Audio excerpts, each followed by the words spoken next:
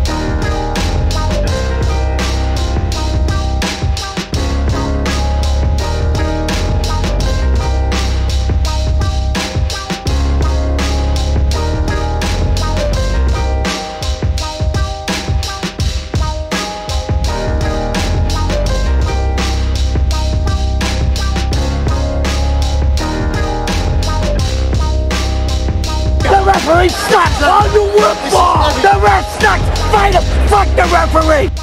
Before I knocked out George Groves at Wembley Stadium in front of 80,000 fans. What's up, people? This is King Bucho, welcoming you to BDA Boxing, the boxing debate arena. Today, as you can see, we're going to be discussing the Tony Bellew against, well, actually I should say, the Usyk against Tony Bellew fight. Some people might say this isn't a great fight. It's an okay fight. Like I said before, I wish this fight would have been taking place at heavyweight, but hey, whatever.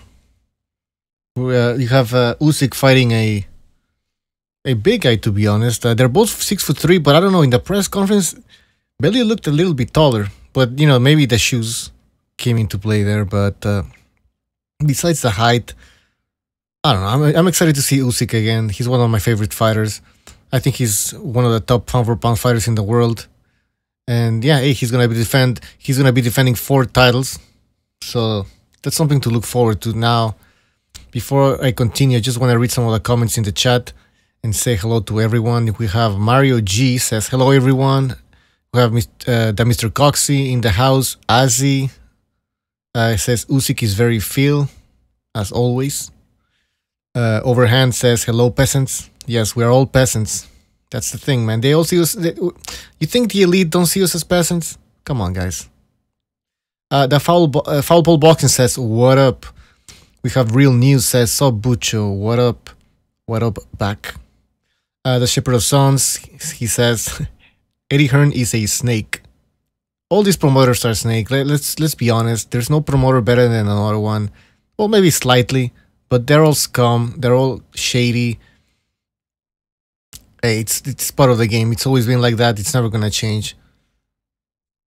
Unless, sorry for the noise. Unless we get like Teddy Atlas always says, oh, we need a national commission. We need some oversight, which is true, but I doubt we're gonna get it. There's no will to do so, and why would? Who's gonna try to push for this change in boxing? Let's be honest, no one. Boxing is like Teddy Atlas said in the Joe Rogan podcast. It's like it takes care of itself. It's like a plant that's in a corner of a room with no sunlight. Nobody's watering it, but just perseveres and still remains. It keeps itself alive. That's boxing, guys. All right, I said hi to everybody. I invited Stu. Stu said he would be joining us later or soon. I don't know. He just said, okay, mate. Then we should have other people joining us later on. So, damn, I forgot to add it on to promote the stream on Twitter. I'll do it later. I don't want to stop talking now. All right, let's talk about this fight. Usyk against Tony Bellew will be taking place November the 10th. And I think it's taking place in Manchester. I didn't write the location because I don't really care, man. It is Manchester if I'm mistaken, but whatever. Let's get to the juicy stuff. I have a bunch of questions. I don't know if I should ask them. I'm gonna do it now. By the way, we have Martin Matias says, "Hello lads, gonna be a great fight between Bellew and Usyk. I'm gonna say now it will go to the judge's scorecard." That's very possible. You know what? I don't wanna make a prediction yet, so I'm gonna save my prediction for later. I have to analyze. I want to see what people say, you know, get different points of view, and then I will make a decision. German Persian, welcome to the show, says Bellew is a bum. I don't know if he's a bum, but what's his... Let's start with these people. I'm going to ask you this. What's Tony Bellew's best win? Write it in the chat. I would say it has to be... what was his name again? Makabu? I think it's Makabu. I mean, some might even say Nathan Cleverly. But even that, it's not that impressive, to be honest. But so, tell me, guys. Oh yeah, I forgot David Hay. Holy shit, can you believe I forgot about David Hay? You know why I forgot about that win for Tony Bellew? Because I never gave any credit to Tony Bellew for beating a guy with one leg. I'm being honest here. Holy shit, I forgot about David Hay, man. God. Damn it. That's how much I cared about that fight. And they fought twice. Damn, I forgot. Wow. Well, yeah, that's it, guys. Oh, Trap is telling me to send the link. Alright, tell me, guys, who you think is Tony Bellew's biggest win. I see people are saying crippled David Hay. The Shepherd of Sun says he did dog a prime Brady's. Is that Bellew who dogged the Brady's? As he says, Stevenson is best Bellew's win. Oh wait, yeah, he got knocked out by Stevenson. Now some are saying that that Bellew was dehydrated or something. I don't know. He did look way skinnier, tell you that. Overhand says Tony Bellew's best win is Makabu. BDA exclusive, that's Mr. BDA. He's in the chat. He says, I want to see Azzy versus Cameron. What's FOTY?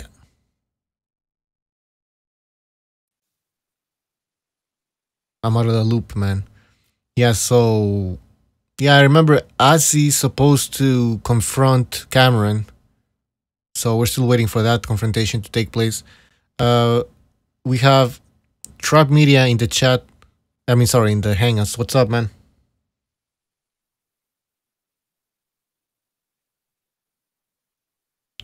All right. Well, Trap Media, you can join in whenever you want, man. And if something's not working, just let me know in the Hangout chat. What else? We have BDA saying hi to everyone. So I guess there's no consensus on what was Tony Bellew's best win. I guess it's between David Hay and Makabu. That doesn't really say much, though. Not at all.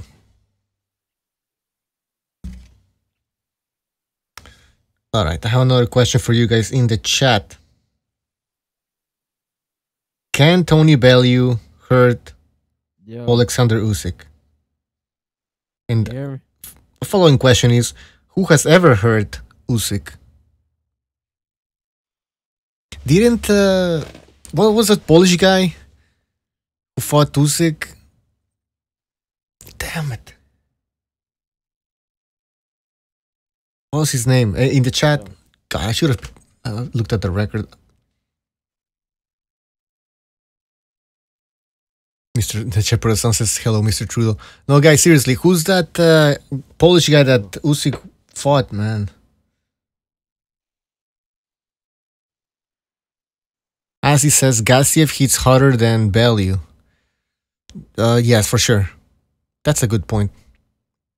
Actually, yeah, you're right. Yeah, Glowacki. Glowacki actually, I don't know if he... No, Glowacki gave a good fight. I mean, this guy had balls, man. And he did kind of bust up a bit. Usyk he busted him up. Jesus Christ, I need to stop drinking coffee. He busted Usyk a bit. But now that I think about it, Gassiev actually hurt Usyk in round 4, I believe. At the end of round 4. He really fucking hurt him. But Usyk managed to survive the round because it was at the end. Michael Stock says, Bellew is horribly inaccurate. That's true. Yeah, Glowacki. Is it Glowacki or Glowacki? But anyways. Yeah, Glowacki gave a good fight, man. I think he kind of hurt Usyk after we watched the fight, but that's the impression that I remember or got stuck with me. Like he kind of hurt Usyk. Correct me if I'm wrong. But yeah, that's an important point that who made the point about Bellew being... Yeah, Michael Stock made about Bellew being horribly inaccurate. I mean, you can have all the power you want, but if you can't land your shots, then that's pretty pointless. I mean, best example is... current example is David Lemieux. He might be the hardest puncher in boxing right now, pound for pound. But what happens when he doesn't land his punches? What happens when the opponent is elusive? He's completely useless. He's no threat at all, man. Alright, we have the one and only Stu. I just have to play his intro. I wasn't bad, I told you what's going to happen to Price. I told you he's going to be sleeping. I told you the ambulance is going to come. The oxygen mask is going to come out. I told you he's going to miss the main event. I told you all them things were going to happen. Stu, what's up, man? What's happening, Butcher? Not much, man. Discussing the Tony Bellew Usyk fight. I can hear myself. Yep. Yeah, it's gonna go away. Just in the beginning, I think. Alright. So are you excited about Usyk Bellew?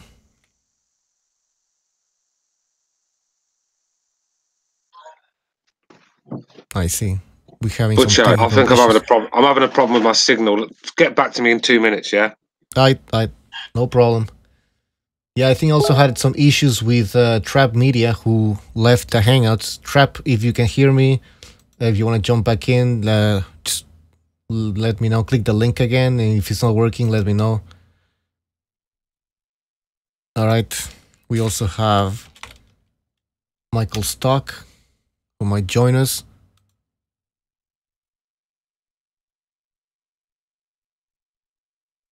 Martin Maris in the chat says, Bellew hits hard. His main weapon is his left hook. Usyk needs to be careful not to underestimate Bellew. Absolutely. I think Usyk is an experienced fighter. He will not underestimate Tony Bellew. But you're right, that left hook is pretty deadly. Although the accuracy of it is disputable, according to some people in the chat. Michael Stock, are you there? Hey, man. Can you hear me? Yep. Can you hear me? Oh, awesome. Yeah, I can hear you, mate. No worries. Perfect. Yeah, just thought I'd take this opportunity to hop on again because, you know, it's sort of UK sort of friendly. Michael, yeah, it's BDA, what's the deal? Yo, how's it going, Trap? We can hear you now, Trap. You hear me? Yeah, I'm in the booth. But I heard you asking who was Bellew's best win. I got a question back for you. Who was Usyk's best win? Gassiev. I mean, his style was set up perfect for a guy like Usyk. You got great footwork. This guy's basically just a scarecrow right there to be hit. Can't really move. I mean, I'm not too impressed by that. I think that division is pretty depleted. Yeah, I wasn't impressed with the Gassiev's performance as well. He basically shelled up and was throwing single shots the whole fight. But that is his biggest win if you think about it. I mean, because it was a unification fight. Maybe the Brady's fight as well is one of his biggest wins. Yeah, and I just think the division is depleted. So I think for both of them, this is the real test. I do respect David Hay, you know, stepping up to fight Hay. I respect that, but Hay stepped up too. So I mean, I respect that fight. I don't take nothing from him, but this is the fight we will really see something from both guys. This is the real test. I think I'm more excited for this fight than Wilder AJ. I'm more excited for this fight than even Spence Crawford. Are you kidding me? Trap. Yeah. You gotta be serious, man. Yeah, I don't know. Are you joking? I like where Bellew is at mentally. I think he's more hungry than he has ever been. I think he's more focused than he's ever been, and I think Usyk does. Even though he's getting that praise, inside you still know you haven't really beaten any. Like who is Gassi? I mean, Gassi, his style is perfect for him. He's right in front of him. Like you have footwork like that, you're going to be able to do that. So I think against this guy, he knows this is the real test because there is power there, but there's also a solid boxing skill this with this guy. It's not just like the power like his last fight. This guy can actually move. He can actually work that jab, and he understands the science. His boxing IQ is higher than Gassiev. So you consider Gassiev a most dangerous? You consider Tony Bellew a more dangerous fighter than Gassiev? I wouldn't say dangerous, but more complete. Okay. Stu, are you back? Yeah, can you hear me now? Yeah, perfect. Yeah, we can hear you, Stu. Oh, what are you saying, boys? What up, man? What's going on, man? Yeah, good. How's it going, Stu? I'm good, thanks. Yeah. Didn't get a chance to tell you about my thoughts on the Joshua Povetkin fight. Just want to quickly 2 minutes on that. Sure, go ahead. I thought it was a good win. I thought the performance was 50-50. It was like in bits he looked good, in bits he didn't. I mean, very slow and robotic at times, but very smart as well. He was quite. He fought smart, and Povetkin was dangerous until his tank emptied. I mean, let's be real. I think age is catching up with Povetkin. His tank was gone after about 4 rounds, and that's not gonna do you well in a world title fight at heavyweight. So I think Povetkin's done. I think the age, but he gave it a good shot. Don't get me wrong. It was a decent fight. I have a question for you, Stu. I just win the start. On that fight, yeah, on that fight, I wouldn't blame age. I thought Povetkin did a pretty good job. Only thing I would say, after you hurt him, I can't remember which round was it, first, second, something. After you hurt him, you have to come right back out in full attack mode, like we were speaking of before the fight. In that Sean Porter, Marcos Maidana type. Yeah, come out once you see he got hurt, you can't let up on the gas. And that's but I just don't think he had it in the tank to do that. I mean, I think we were just giving him a bit too much credit, thinking that he could go in there and fight like Sean Porter. I mean, he's 39. I had him winning the fight though, but I give Joshua a lot of credit. He showed me a lot. He fought through adversity. He's showing me that he's getting better in the gym. He's putting in time in the gym. He's getting less robotic than he was. I think the weight loss played a factor. I think his IQ is going up in boxing, and you know he earned a lot. He earned a lot of respect from me because we don't know who you are until you go through some adversity, and we seen it in his big fight against what's the name, and then we seen it again in this fight. But it was a little bit more impressive this fight than when he fought Klitschko. Yeah, I mean, like I said, he's growing. Definitely, his boxing brain is growing. He's smarter than he was. I don't think he's going to get caught as clean as he used to, but he was more exciting back then because he was letting his hands go. So it's one of them. What sort of stuff do you like? I prefer Joshua coming forward, letting his hands go. But like I said, I'm not the one on the receiving end of Povetkin's punches, so I can get where he's coming from. I mean, he got his nose broken in the first round, so that probably would have, changed. It was a good performance, and you've got to give Joshua credit because he has some great wins on his resume now. Povetkin goes down as a very, very good win. Parker's down. He's beaten the top guys in the top 10, and he's beaten plenty of them. Do you know what I mean? So you've got to give Joshua credit. He has a very good resume. It's starting to look a good resume now when you put Povetkin, Klitschko in there, and Parker. You know, there's some decent names there. So yeah, moving on to Wilder next. Hopefully, I'm still picking Joshua in that one, but it's very tight now. I was gonna ask you these two. It was a very good show though. Eddie put on a very good show. Sugar Ray doing commentary.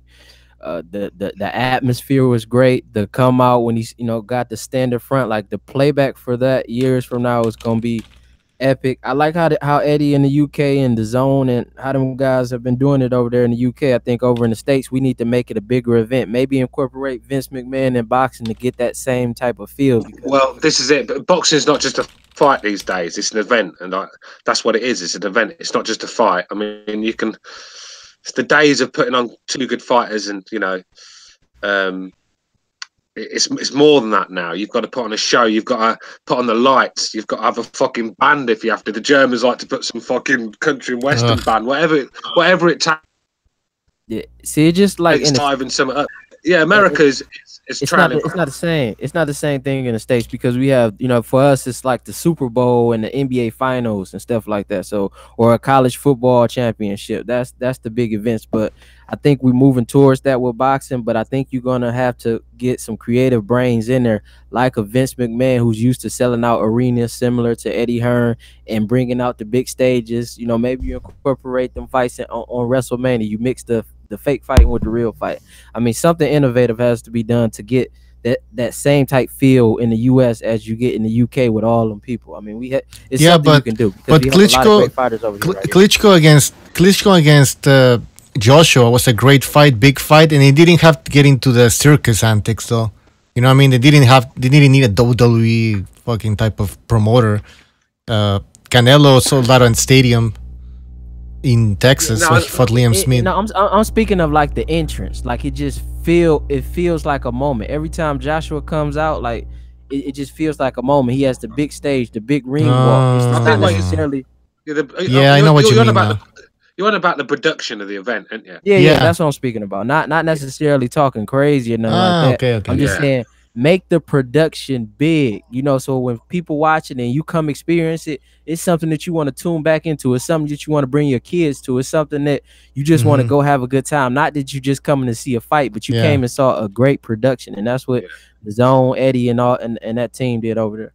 I mean, how did it? Did you watch it on the Zone? I didn't watch it through the app. You know, I'm always trapping on a bandwidth, so I'm gonna find a way to stream your show. But yeah, it was streamed. The secondhand stream I was watching was through the DAZN app, but I was watching it on the computer. But it was through the DAZN app. Yeah, I mean, like I said, it cost me. I think I paid £26 for the event altogether, which is about $35 or something. Probably a bit more. It cost me quite a few because I booked it late. And like I said, was it worth the money? Not really. You know, Joshua, it was a good performance from Joshua, a good win, but not really excitement value for money. If I mean, the Okolie fight was probably the worst fight I've ever seen, and the second worst fight I've ever seen was Okolie against Chamberlain. So he's on a mission to be in my top 3. You know what I mean? Worst fights I've ever seen. This guy's terrible. He was bad. Luke Campbell, Mendy was how I thought it'd go. Smart, a bit stronger now. You know, a bit more pop on his shots to keep Mendy off him. Before he couldn't do that. Mendy was just swarming him, and Mendy couldn't get close to him. It's a good performance from Campbell, but it weren't an exciting fight. I thought the whole card was pretty dull, to be honest with you. Yeah, I mean, it was pretty dull, but I would say if I was going to pay, I mean, the stable that has the most fighters and divisions that I would pay for is the PBC. But if I'm looking for production, I want to watch the Zone app. But I'm interested to see how the PBC is going to work the production with this new Fox deal. You know, maybe it gets bigger because the UFC does a great job with their production as well, and their playback. The playback is what I think that keeps expanding their fan base. So. Yeah. I think all of them need to watch each other and learn from each other if they really want to grow the sport to the next level. And right now, the UK is doing the biggest. Salute to the UK fan base in the UK, how they're carrying out the events, because it was great to watch. I mean, the fights weren't that entertaining, but the production was something to marvel. And that's what you can get away with it when the production's good. That's what Eddie Hearn does. Most of the time, Eddie Hearn puts on terrible cards, but because the production's so good, it sort of like takes the from how bad the fights were, sort of things. Oh, don't get me wrong, some of his cards are decent, and it will have a classic like Joshua Klitschko coming now and again, but most of his cards are pretty tired, to be honest with you. But because the production's so good, he gets away with it. I mean, this Usyk Bellew fight, I mean, That's not going to be in a football stadium because I think it's going to be too cold. So that's going to be in the O2, is it? Is it the O2 that's going to be in? It's in Manchester, mate. Manchester Arena, is it? So probably. Yeah, that's going to be a good event as well. That'll be all lights and great build-ups and Sky doing face. So you're telling me you're excited about this fight? The gloves are off. Yeah, the gloves are off. That'll be exciting. Do you know what I mean? That will be. They'll build that up good, and that, you know, that's what they do. Sky are the best at building fights. They've got an art to doing it, and it's not just about the two guys in the ring, because you have to build an event like Track Media said, and that's what Sky do. And I think a lot of companies are trailing behind on that one. I think let's get back to Tony Bellew against Usyk here. Stu, so tell us about this fight. Are you excited? Do you think it's going to be competitive? Are you going to pay for it? Oh no, probably it's not. It's pay-per-view. I'm going to pay for it. Of course I am. I mean, it's a fight I want to see. You wanted to just step up to heavyweight and start fighting Joshua in his first fight at heavyweight. I want this guy to shut Bellew's big mouth. You know, get him out of boxing because I've had enough of the guy. And then I want him to go up. I want him to go up and take a couple of fights at heavyweight before he steps in with Joshua. I'd like to see him fight even a Chisora first or someone like that. You know what I mean? Just have a couple of warm-ups at heavyweight and then fight Joshua. But this is a great fight for Usyk. His last fight at cruiserweight. I mean, I got a question. Stu, I got a question. Lost his belt, so I suppose there's a go on. Do you think this fight sets up for the win? Because Bellew called out Ward after his last fight. Do you think this fight sets up for the winner to get an Andre Ward fight? No,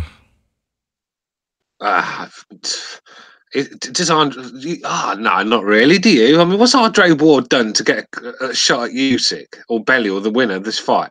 I mean, all right, Bellew. Because Bellew called him out. That's what I'm saying. Because Bellew called him out, I think it might set the stage for it. I could see Bellew fighting Ward because but Usyk's far too good for Ward. Far too good, too big, far too good. I mean, then he was Ward shot at Usyk. So no, I mean, I'd rather see Bellew Ward than I would Usyk Ward. Yeah, because if I'm Ward, that would entice me. You come out, Bellew has out all the belts. He's called you out. You can make some good money in a fight, and you can be the unified champ. So why not? That's definitely. If Bellew won, I'll go along with that. But the fact is, Bellew wins. He's sailing off into the sunset, and we're never going to hear the last of it till the day you die. It's just going to be torture for the UK. So yeah, he's a cash out fight for Bellew. You think it's a cash out fight? Win or lose, he's gone, mate. Win or lose, he's promised his wife this is his last fight because he's always going on about it, and he's promised her this is the last one, and I got a feeling it is going to be his last one because he's going to take a good hiding and he's not going to want anymore. I don't know. Well, he said maybe it's my last fight. He said maybe it's my last fight. If Bellew used to fight Ward, where's that going to be though? Is that going to be in the UK? No, it's going to be in Oakland. Yeah, no, it's not. Stupid people. Believe That's the thing. Is Ward going to come over to the UK to fight Bellew? I mean, he's not going to get away with his usual bullshit anyway. So he's not going to come over here. No, I think it would definitely be in Vegas. I think people are underestimating Bellew. I'm not saying Bellew's going to win this fight before anyone fucking gets the knickers in a twist. I just think Bellew is a lot better than what people give him credit for. He's quite a smart fighter. He's very good at reading a fight. He's not going to be enough on the night. Don't get me wrong. It's not going to be enough, but I think he's going to give Usyk more problems than Gassiev did. That's for sure. Oh, for sure. Gassiev's style was perfect for him, but Bellew, I have a lot of confidence in Bellew coming into this fight. I think. Sorry, call my name. Yeah. Sorry, Stu, it's me. I made a point earlier, and I wanted to ask you this because I'm pretty convinced by this. Bellew is horribly inaccurate with his punches. Like, do you remember when he fought Cleverly at cruiserweight, and he was literally gassed, and he was just stood there, and he couldn't hit him. And the same with David Haye when he was on one leg, he just couldn't hit him. I mean, I think Usyk's going to just be way too elusive for him. He's going to be missing all night. And the only time that he lands these massive punches is when people trade with him. Yeah. No, when he hit Makabu, they were trading. When he knocked, I can't remember who it was. It was not Masterneck. It was another cruiserweight guy, and they traded left hooks, and he dropped him. Makabu dropped him. It was sorry, Makabu was another one. There was a cruiserweight he dropped, and they traded left hooks. I can't remember who it was. Brudov. Yeah, that's the one. So Hay in the second fight they traded, and he landed. If Usyk's smart and he just stays on his toes, Bellew he won't be landing. All right, hold on. I need to introduce Cameron. Fuck, mate, it's life, man. You only live once. Make the most of life. Enjoy it. Because everybody's got their weird fetishes, man. And mine just happens to be eating fucking ass. All right, now he can join, I guess. What's going on? What up, man? All right, give us your take on this fight. Bellew against Usyk. Excited? Competitive? What are your thoughts? Yeah. I mean, I've been a bit honest about it on Twitter today. I've got a lot of slack from it. People were saying I'm a Bellew hater and stuff like that. When I'm just kind of stating the facts. Like, people make out Bellew as this elite fighter when, his claim to fame is being a shot David Hay. His other best wins, Cleverly, who wasn't a cruiserweight. And I don't, he couldn't knock out Nathan Cleverly, who was laying on the ropes for 6 rounds and he wasn't even moving. And he couldn't knock him out. And from it, what I mean? So he's not an elite fighter. Usyk's an elite fighter. Don't get me wrong, it's good because I want to see Usyk over here and fight on these shores, but it's a mismatch, in my opinion. I mean, Bellew's got that one shot, but he couldn't knock out Cleverly. He was laying on ropes for 6 rounds. The thing is, he's shite. Every fight. So at the end of the day, we're just going to see mismatches with this guy because he's that good. But I want to see the Bellew fight because I just think it's that one belt where Usyk didn't really win it outright. Bellew got that taken off him. So I just want to see Usyk put that to bed, just to make his legacy even better. Come to the UK. Bellew's a good scalp. I think it's just good for business for Usyk, and I do want to see the fight. I mean, I wouldn't want to. I don't want to see Usyk fight Gassiev again. Not after that fight. Also, I kept hearing how good Gassiev. Cameron, the way you talked about him, I thought it was fucking the rebirth of Marvin Hagler. But unfortunately, he was nowhere near that good. Bellew stick. I agree. Usyk's going to win this fight, but Bellew's as good a fight in the cruiserweight division than anyone he can fight for me. I totally agree with you, Stuart. I think there's three or four cruiserweights I'll put above Bellew. Like, I think 3 or 4 cruiserweights we go. Gassiev would and Bradis would beat him. That's my. Go ahead, Michael. Oh, sorry, guys. It's kind of the audio mutes when we all start talking together, I think.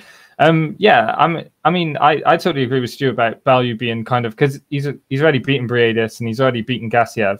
So, I mean, Bellew is the one he should fight, really, because, I mean, the Bradis fight was, like, very competitive and it was a great fight, but we've seen that now.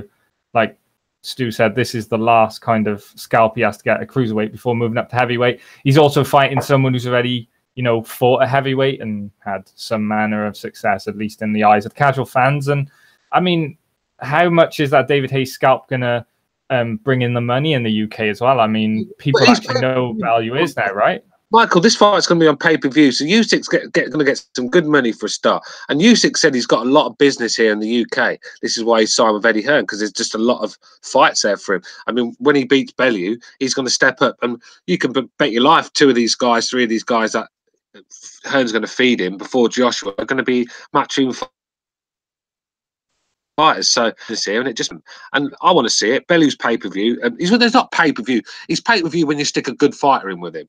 And I think Usyk definitely, it is pay-per-view fight. So that's got a good start for Usyk. He's going to make money. He's going to fight in a full stadium with a great atmosphere at the home of boxing.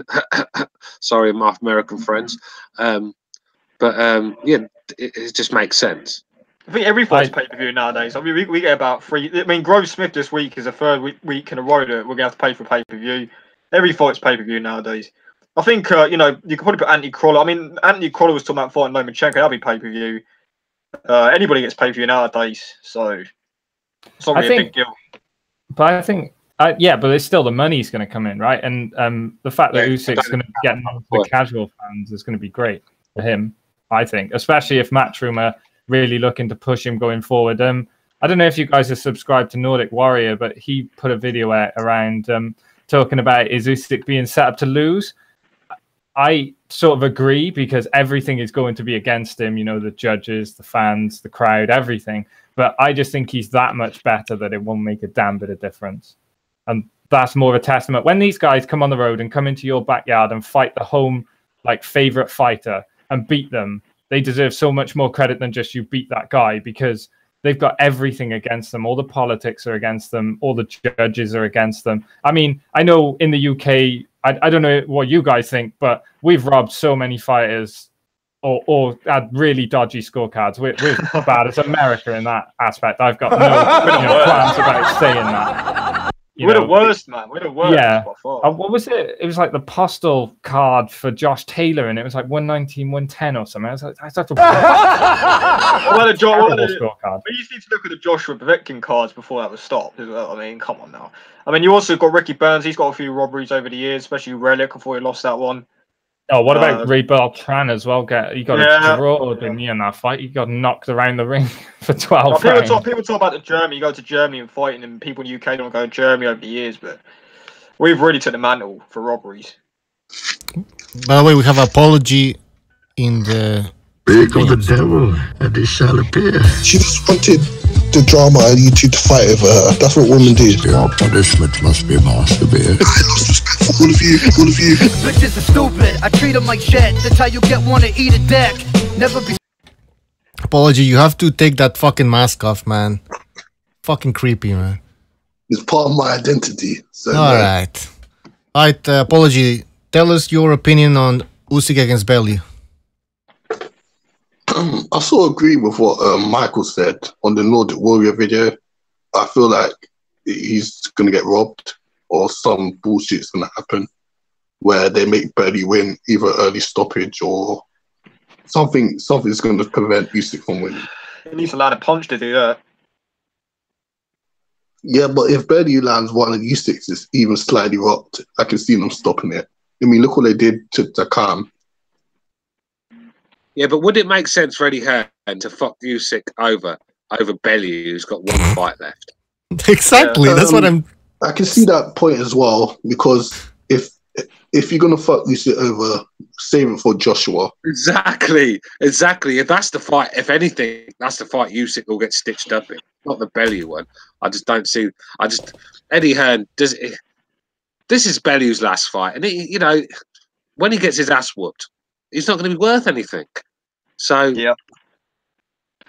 No, I mean, I love that Bellew said in an interview that he had Johnny Nelson come out and he was like, Bellew can outbox Usyk, and then he had Bellew come out himself. And he's like, I got to knock him out. You know, I can't outbox him. I found that quite funny. It makes sense. I mean, Jesus. Bellew admitted he couldn't outbox Usyk. Like, he has to knock him out. Yeah. And he won't. So I mean, seriously, I don't see why they would. I don't see what Eddie Hearn would choose Tony Bellew over Usyk, who's basically a gem, a pound for pound boxer. I don't. It doesn't make sense to me. I agree. I just don't see that. I could see him favouring Josh Pets. I don't think Bellew's up there for that one. I don't think he's on the list. All right. By the way, Stu, you're kind of cutting off sometimes, so just letting you know. Yeah. Fuck knows. All right. I had some questions here. I'm going to reset the internet because I haven't reset it for a while. All right, go ahead, Stu. According to Bet365, Usyk is a 7-1 favorite, and Tony Bellew is a 4.5 underdog. So, 7-1 favorite. That means that Tony Bellew has almost no chance of winning this fight. I guess we all agree with that. Everybody's got a chance in boxing. You know, it takes one shot. You know, I mean, whether you like or not, Bellew does carry power. So you know, you saw what he did against Macaboo. I know Macaboo's completely nowhere near level with Usyk, but you know, Bellew can punch. I just, you know, we're talking about a whole different level of boxer and Usyk compared to anybody else at cruiserweight. I mean, he made Gassiev, who's an elite fighter, look like absolute shit. Let's be real. Like, Gassiev probably beats everybody else in that division, and he made him look like shit in there.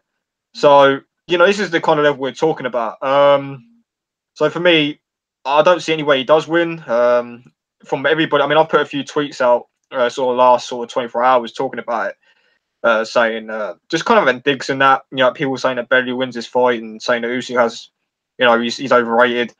Mostly casuals, but no, I don't see any way Bellew wins this fight. Like, I can't like if Bellew wins this fight. Yeah, it would rank up there with the biggest upsets in British boxing history. Graham Lanson in the chat says these are the same odds for the David Haye fight. Are you saying there's going to be an upset? Michael, do you want to say something? Unless Usyk breaks his leg, then maybe. I think even Usyk would beat him with a broken leg. I mean, Haye was doing all right with a flipping ruptured ankle for whatever the hell it was. He was in there for about 4 rounds. Yeah, but he was losing the fight. In my opinion. Yeah, he's losing it. But Bellew, do you know what? Bellew struggled to knock out cleverly. He couldn't even knock out cleverly. He was laying on the ropes for 6 rounds. It took him about 6 rounds to take Haye out of there when he was like barely moving. I mean, Jesus, but you can't knock those guys out who are standing there like a brick wall, like a punching bag. How's he gonna knock out Usyk? Oh, come on now. Do you think as well? People are underestimating Usyk's punching power. I've seen a lot of people say this, and what Usyk does, and he does similar to Lomachenko, he doesn't put full power into every shot, and gradually as the fight goes on, he puts more and more steam into it. And I just see Bellew getting one down. Remember, he got dropped by Makabu early as well. He got caught and he got dropped and he got hurt. So how good is his chin at cruiserweight as well? I mean, how has he been hit really hard by a puncher at cruiserweight? I can't think of one. That's another question. Usyk, you're about Usyk. I'm not about Bellew. Has he been hit by a cruiserweight on the chin many times? Yeah, Makabu dropped him, right? Yeah, he dropped it one punch. Yeah, it's the only punch he landed, I think. But no, I mean he's not been in a war at cruiserweight. No, I think Brudov, he dropped him. Bellew's been dropped, I think once or twice at cruiserweight. So you know, I think Usyk, he can punch, but because his style isn't, you know, he's not exactly. He punches hard, but he's not like these basic. I mean, cruiserweight's known for its kind of one-dimensional European come forward brawlers. You know, Kudryashov, Gassiev. Gassiev's a bit more technically sound than most of them as well. But because Usyk's got all that boxing ability and all that lateral movement and angles and speed, he doesn't rely on just his power like a lot of these guys in the division. So I think that's kind of why we don't see him knock out the elite guys, because he doesn't have to rely on just that aspect, because he's got so much in his locker. But he is also fighting people who've never been knocked out as well. Remember, yeah, I mean, Cassiat's never been knocked out. Briedis, as far as I know, has never been knocked out. He knocked out Glowacki. Did he? I think he went to points with Glowacki, didn't he, Usyk? Oh, did he? Oh, sorry. I think that was his first decision. It was Huck. It was Huck. Yeah, Glowacki knocked out Huck, I think. All right, I'm remembering that wrong then. Sorry. Now, this is Usyk's first fight with Eddie Hearn and Matchroom. Is he supposed to impress in this fight, or just put people to sleep and win a decision? I mean, he's fighting in the UK, and I'm pretty sure he's trying to build up a fan base there. No, I just think he needs to do what he does. You know what I mean? Like, even though he's a boxer, he's not. He doesn't stick the joint out. You know what I mean? He's good to watch. You know, his style's good to watch. You know, he's flashy. You know, he's offensively a great boxer. You know what I mean? He's not all defensive. So, you know, the thing is with Usyk, I mean, he's still against Briedis. If he wants a war, he can have a war. I feel like a lot of people kind of blow that Briedis fight out of proportions. I feel like if he fought, you know, he didn't fight the same way he did against Briedis or he did with Gassiev. You know, I feel like if he fought like he did against Gassiev, he would have beat Briedis quite clearly. I mean, that's just how I see it. That's my take. But I just feel like Usyk has to do what he has to do in there. I mean, Usyk might stop Bellew. Let's be real. I mean, if he's so much better, yeah. If Bellew's taking a bit of a hounding in there, he might get pulled out. You just don't know. I mean, Bellew says he doesn't quit and all that, but Usyk's just on a whole different level. Yeah, I agree. Yeah, and it's the punches you don't see that hurt the most as well. I think people. Were. I probably brought this up before, but when people are talking about can X knock out Y, it's normally because you're not really like catching them like at the right spot without them like being able to see it or roll it or partially block it or whatever. Normally, when you see someone get caught on the chin, they're out and that's the end of it. The boxers don't regularly get like blasted on the chin with a full clean shot. I mean, people said, you know, Floyd Mayweather's no puncher or whatever, but you know, when they broke up Ortiz and Mayweather in that fight, it's like one punch and he's down and out for the count because he's caught him with a free shot in an unaware position. I mean, if Usyk catches Bellew with that, he'll go. Don't worry about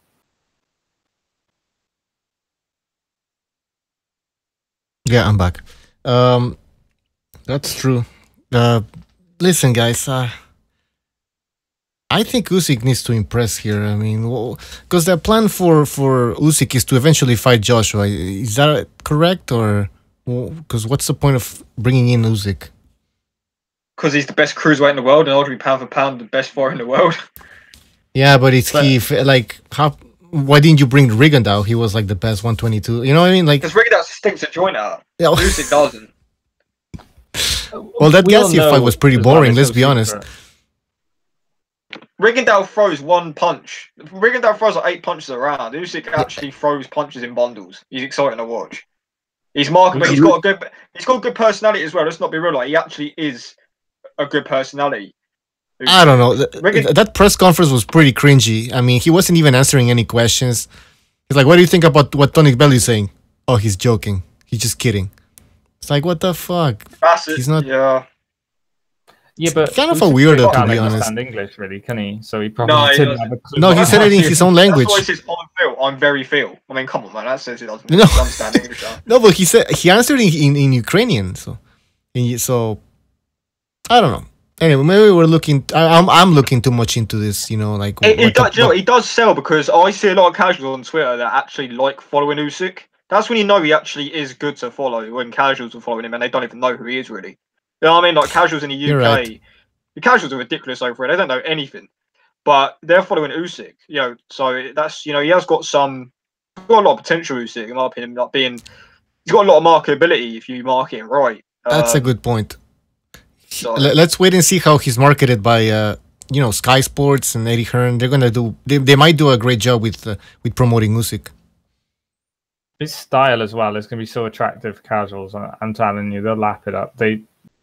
My friends who are boxing fans love that kind of, like, I've showed them Lomachenko and they're like, whoa, who's this guy? You know, the people who can move and box. And as much as it's actually quite funny, because on this podcast, we're more about aggression and coming to try and win a fight. And as soon as someone like tries to steal a fight or something, they'll be coming in the next day and be like, why did you tell me to watch that fight? It was boring. Like, no one actually came to win. They were just like running away from each other. And I was just like, yeah, like the Isaac Chamberlain and what's his name, Matias fight, which I agree with Stu was probably the worst fight I've ever seen in my. Well, I don't know. Was that worse than Povetkin versus Klitschko? It was the worst fight I've ever seen on a pay-per-view card. I know that. Yeah. Well, yeah.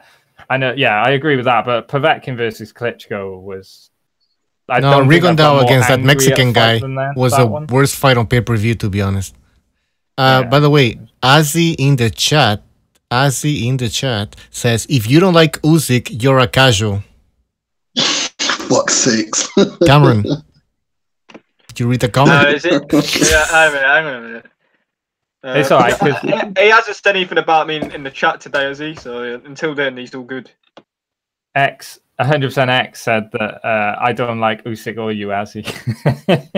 Sure, as he said quite a few things in the chat that I actually agree with, even though we've kind of had that little thing. So, you know what I mean? Like, it's kind of, you know what I mean? I agree, you know what I mean? Like, who doesn't love Usyk? How can you not like Usyk? Also, not to like. Unless you're LDBC, yeah. I mean, Usyk.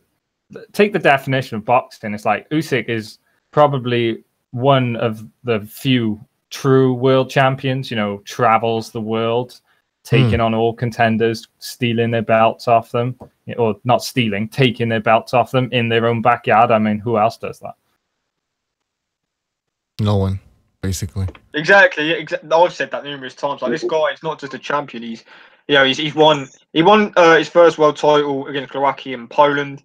Unified with Bradis in where's he from? Where's Latvia, isn't it? Latvia. Yeah. And then he obviously beat Gassiev. He beat Huck in Germany, didn't he? And he obviously beat Gassiev in Russia. So this guy's like the best champion out there. Like, this is how it should be done on the road. Now he's coming to UK for Bellew. I mean, that's 5 fights, world title fights. That's one thing about that's one thing about the Eastern European fighters. They're not divas, are they? They're willing to fucking do whatever it takes to fight the best and fight on the road. You know, fucking fight in these little halls. You know, they're well, where's the money at, Stu? No, to be fair, where's the money at? The UK and the USA. So they're gonna end up there eventually, right?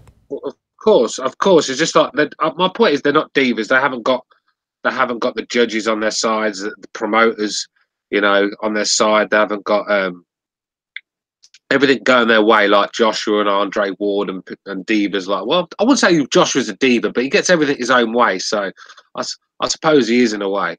But it's just they're not built like that. Obviously, they don't have these things given to them on a plate, shall we say. They have to do it the hard way, and that's why I like a lot of these European guys. I mean, Golovkin's made a name for himself in America, but he was the same. He came over. He was fighting in Germany, but still just not doing anything in Germany really. The name he had to, you know, and he packed his bags and went to America and made a big star for himself. So the fuck is that? No. HBO and Showtime didn't want to know Golovkin when he first came to the scene. Tom Knopfler came out and said he was like, when I put Golovkin to him at first, they were like, not a chance. Like, he's from Kazakhstan. We're not going to be able to sell him. And obviously, he worked his way up. Mm-hmm. And they eventually took him on. Yeah, he became a pay-per-view star for crying out loud. Golovkin. Yeah, and that's due to his activity. You know, fighting three times a year, and obviously his style. Everybody wants to see a knockout. So don't give me this fucking crap about skills, pays the bills, and all that shit. Look at Rigondeaux, complete failure. Anyways, I'm gonna start ranting. Let's continue with this. Skills to get a knockout. People don't understand. It takes more skill to get a knockout than to just run and box, in my opinion. It's much harder to come forward and make a fight of it without getting yourself knocked out as well. People don't understand that. It's much harder to come forward and, you know, unless you're like someone who can just take punches all day, which not many people can. Like GGGs at times. I saw a video of Floyd Mayweather. I think he was at his gym, whatever.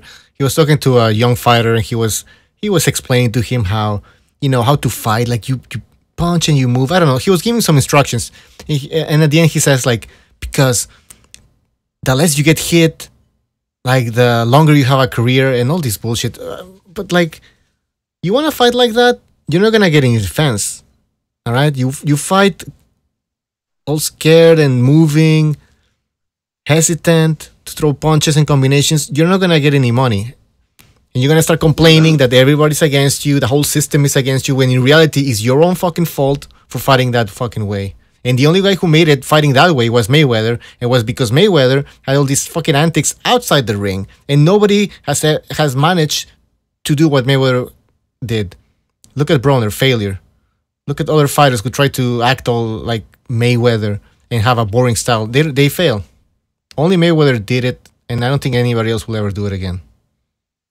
I know Floyd's not necessarily a fan favorite on here either. I mean, I am actually a fan of Floyd Mayweather, which is quite interesting. But he's also an exceptional talent. He really is. And these people who are trying to pretend like Rigondeaux sort of tried to do the same sort of thing, and Broner, they don't own a candle to Mayweather. No, they just don't. And when even with casual fans and stuff, I could bring them to Mayweather because you'd be able to see like when he I know obviously he's had some boring performances later on in his career, but before kind of I think just after Hatton he was still pretty entertaining up until that point. And some of his like defensive moves and turning them into offense and things like that was very impressive to watch, and I really enjoyed watching him. But obviously, you know, as he got more and more risk averse, he became a lot more boring. But people forget that he built all the stock to get to where he was well before he was very exciting up like in the 135 and below, wasn't he? So he wasn't a, you know, runaway, you know, pot shot kind of fighter up until later in his career. Whereas people have just tried to do that immediately and go like, oh, why am I not popular anymore? It's that's like, well, that's what happened. Floyd Mayweather there was like a generation of fighters coming from America that thought if they you know do a bit of a shoulder roll and fucking get on the back foot and pop shot their way to a 12 rounds points decision, and they're going to be superstars and they make 50 million a fight like Floyd. It just doesn't work like that. Floyd was lucky. He came in an era where there was not really any pay-per-view stars to compete with him. He took the mantelpiece up. He took the mantle from De La Hoya, and he was lucky. He come at the right time. If Floyd had started his career now coming up, I think Floyd would struggle to get away with what he did. I don't think people would be buying in the numbers if he had to rebuild his career again. I just don't think he'd be as big. We're not as forgiving boxing fans these days. Back then, because we didn't really get much boxing, we just bought it because it was a fight. But we get a lot of boxing these days. We're quite fussy what we pay for, and what Floyd used to offer on a regular basis it wasn't worth $8, never mind 80. I agree. We all agree.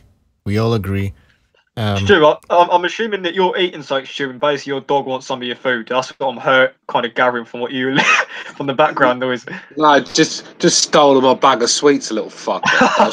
Yeah, it didn't sound like it, yeah. I was talking to you, so I didn't want to shout at the dog, so I give him my sweets back. But yeah, he just didn't have my sweets. My God. Ashley says Ortiz used to shadow box for Kennedy. Are we still on with the Luis Ortiz? Is like 60-something years old. Exactly. What is he doing now? Is he like gonna retire or what? No. Fuck. Who was he gonna fight? There was a rumor. I forgot. I wonder if when Ortiz was fighting in England, I think when he came over to England, he's staying in England for a bit. I wonder if he got his free bus pass, because at 60 you get free bus pass. No! I wonder if he sent it through the post.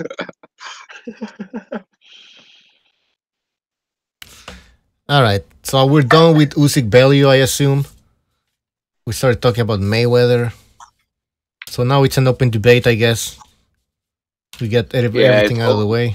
Free for all, just free for all boxing. I mean, how long can you talk about Tony Bellew for? Do you know what I mean? Yeah. Well, tomorrow we're gonna be talking about with Mr. BDA. We're gonna be talking about the World Boxing Super Series final from Saudi Arabia, which is George Groves against Callum Smith.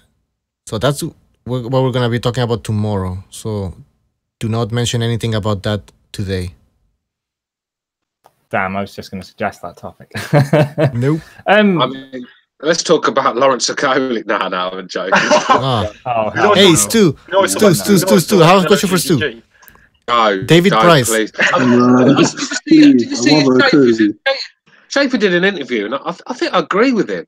I think Schaefer said, I think Canelo and Golovkin, I think we've seen everything that these guys have got. I just don't think a third fight is appealing to me anymore. I just think these guys are so evenly matched. We're just going to get the same thing, a controversial score that people are going to moan about, calling for the fourth. I think these guys could fight 10 times. I think it's going to be close every time. They're not going to knock each other. Go on, Cameron. I was going to say, yeah, I agree with you until Golovkin gets old enough where Canelo wins clearly. Yeah. I think in my eyes they're one each, and I think they should just leave it there. I'd rather see Golovkin go and beat Charlo or Canelo, one of the two. I'd rather see Billy Joe in there with one of them. I don't know if I want to see it. It's a great fight. They're the two best fighters in the division. I shouldn't be moaning, but I'm drained with the Canelo Golovkin saga. To be honest with you, it's always controversy. There's always moaning about the cards, and I just don't know if I can be done with it again. I wanted to sorry. You go on, Michael. Oh, sorry, fuck is that? I just I totally agree with you about the Canelo Triple G thing. It's just I think when I first watched it, I was deprived of sleep at 3 o'clock in the morning, and I just wanted to say for the record that originally, I said the fight was a lot wider than the first fight, and I completely retract that statement. It was a lot closer. I still think Golovkin nicked it.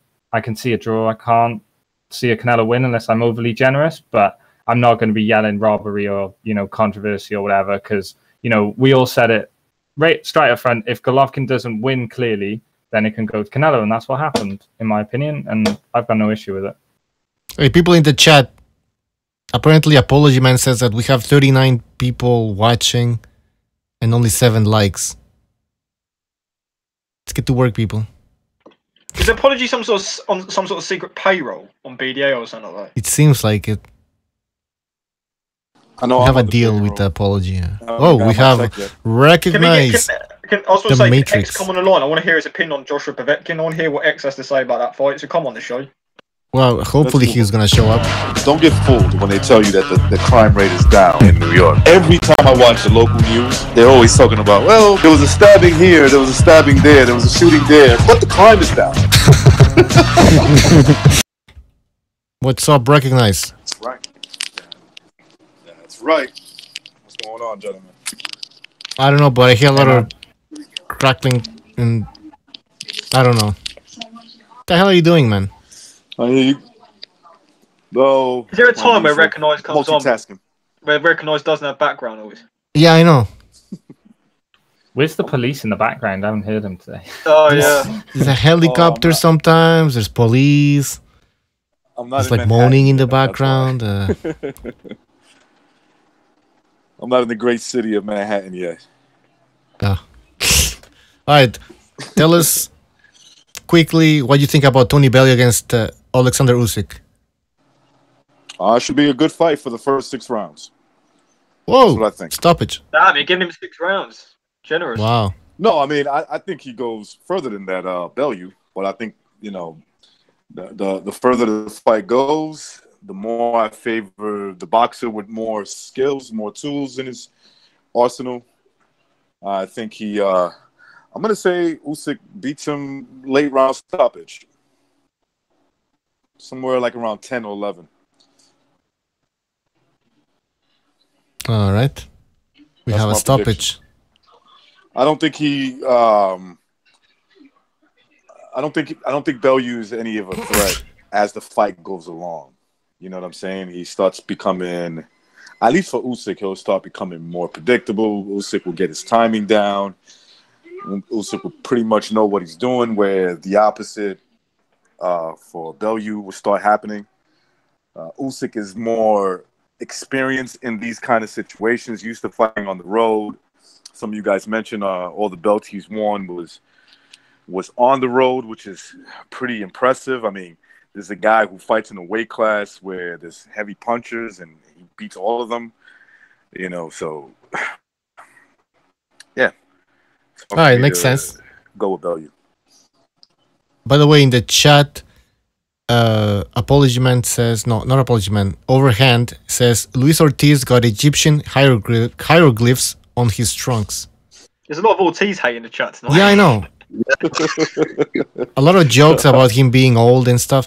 By the way, oh yeah, Stack Those Bananas reminds me, I was going to ask Stu, were you surprised that the oxygen masks didn't come out during that during the David Price fight? Let's be real. I think he, the broken arm or whatever it was, the dislocated shoulder saved the oxygen mask from coming out. I think because I think it would have happened eventually, but you never know. Like I said, I missed a bit of that fight. I had to just pop out for, you know, pop to the shop. I weren't really bothered about that fight, to be honest with you. I watched the first. He looked all right at first, but then I popped out, and then when I come back, he was sitting there holding his arm. And so I don't really know what to say about that fight, to be honest with you. But yeah, I'm sure the oxygen mask would have been out if the fight had carried on. He looked gassed after 2 rounds. I don't know what was up with that. He's fucking useless. Absolutely knackered. He's fucking useless. I mean, well, why do David Price, one of the biggest punchers in boxing, has a chance against anyone else? But everyone wants him to do well. Fuck off! I don't. I think he's a bum. Do you know what I mean? I don't want him to do well. I don't want bums to do well. I want winners. I watched David Price against Tony Thompson earlier on the first fight. And I was sat there watching it and I thought to myself, this commentary, man, they were like, any minute now, that right hand's going to land, it's going to put Tony Thompson on his ass or something. I was like, crying out. Yeah, that's the fight. I think that's the fight that broke Frank Maloney in there. I think they 'cause literally broke him.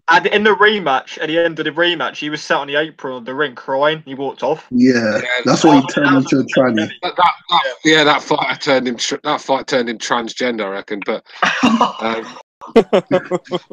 it did. He could have handled the stress. How many people would smash Kenny Maloney? I mean, I'm sick of David Price. Dave Allen's only you, Cameron. Dave fucking Allen's another one, isn't he? Don't even get going, man. I can't stand that guy. Fucking garbage, man. I don't know why Eddie Hearn puts him on every big card. If there's a big card on, Dave Allen's on it. He sells tickets, bro. Apparently, he sells tickets. Yeah, he probably has some secrets about Eddie Hearn. Yeah, I think he has. Like, about him. I bet he probably walked. Adam Smith. He probably walked in on fucking Hearn tonguing Michelle Joy Phelps or something. He's keeping it. Yeah. More like. He probably knows. I mean, I always have a feeling that some people know things about Adam Smith because to me, Adam Smith comes across as quite a sex offender. So I feel like someone has some dirt on Adam Smith. I think Adam Smith has got his own fucking Catholic orphanage somewhere. Bit of a new Fred West. Yeah. It's something about him, but. Yeah, I'm sick of Dave Allen. I'm sick of Dave Price feeding these fucking bums to us all the time. Sam Egginton's another one. I keep hearing what a hard man, what a warrior. No, he's not. He's fucking shit. Joe, the best one is they say he's the British Margarito. Well, fucking. That's how bad it is. That's an insult to Margarito. Is it?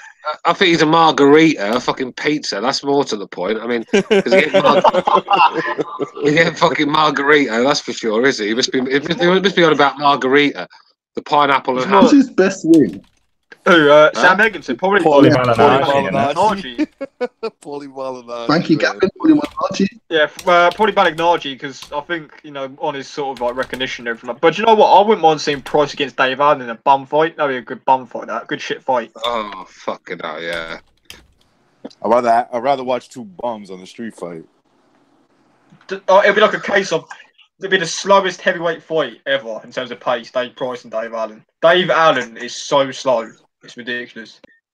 Yes. I say Price can knock him out at least. His claim to fame as being a gambling addict and suffering with mental health. That is basically what they sell his career on. That is literally what they sell his career on.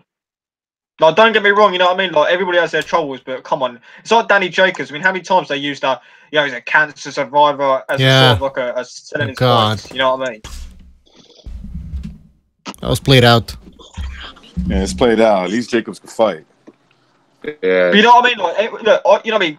You got to give someone like Danny Jacobs a credit for overcoming what he did, but the same with Darrell. You can't use the same thing over and over. It's like a broken record. Yeah, but what adversity did fucking Darrell ever overcome? Biggest coward in boxing. I agree. Uzgatigi. I think I'm saying his name. I think he exposed them. I mean, to me, he's been exposed a couple of times, but like he got the job done. This guy is not. He's not built for this high level boxing. Yeah. Not high level. Not high level. Yeah, I think if Darrell had cancer like Danny Jacobs, I think Darrell would be dead already. Do you know what I mean? I just don't think he's I'm on about Anthony Darrell. Yeah, he did have cancer. I'm on about Anthony Darrell. He had the cancer. I'm sorry. I thought it was on about Andre. Oh no, that guy's who cares? Anthony's got definitely. He's got more. He's got more courage. Yeah, definitely has. Andre don't want it. It's always the brother that's least talked about that has the most guts. You're always in the finding out it's him. They least talk about it. Remember, Andre got more talk than Anthony. And to me, I think Anthony's got a fight. Maybe not as skilled, but he's the best fighter in terms of Jermel or Jermal. Jermel or Jermal. Jermel or Jermal. I think if Andre. I think if I think you're gonna find out Anthony's. I think you're gonna. Hello. What's going on? All over the place. All right. One of you. Can everyone hear each other? Yeah. Yeah, I can hear you. It was breaking up a little bit. Can you guys hear me fine? Yeah, someone just got bad in there and was like, I think that's what it was. All right, recognize. Go ahead, and then Stu. I think I was going to say Jamel. I think when it's all said, I have a feeling that Jamel's going to be the better fighter. Or you'll find out that he's more whatever. He has more. Either he's more skilled, which I think he is, or he has more heart. All right. I think Jamal's better, but we'll see. Stu, you were saying something? No, I was just going to say if Andre Terrell could borrow his brother's courage, then it'd be a better fighter. Do you know what I mean? I think if you could mould the brothers into one fighter, it'd be a very good fighter. But both of them are lacking something, and I think Anthony's lacking Andre's talent, and Andre's lacking Anthony's will and desire, shall we say? So, well said. Yep, well said. I agree with that. Are both fighters disappointments? Andre, to me, Andre is disappointment because to not to fight Froch. Andre's a joke. Negative. Very negative. Don't get me wrong. Very boring and deserved to get beat by Froch because he just didn't do enough on the night for me. I keep hearing that he schooled Froch. No, he was old. It could tell he was the goods, but after that we never saw it again. We just saw him fucking shying away from battles, trying to find ways out of fights, you know, and real news in the chat. You know, sorry, because you were kind of cutting off there. In the chat, real news says David Benavidez versus Anthony Dirrell. Who do you guys have? Fuck that. Benavidez wins that fight, man. Yeah, Benavidez at this point beats him. When did Dirrell last fight? Oh, what about this shit? Speaking of Super Middleweight, what about this Chavez Jr. Martinez rematch crap that's happening? Oh, you had to go there. Are you serious? You have to fucking go there. Yes, yes. Chavez Sr. said today. He does not get it. Man, no. Who's gonna give Chavez Sr. any credit if he wins this fight? Who's gonna give him? You mean Sir Junior?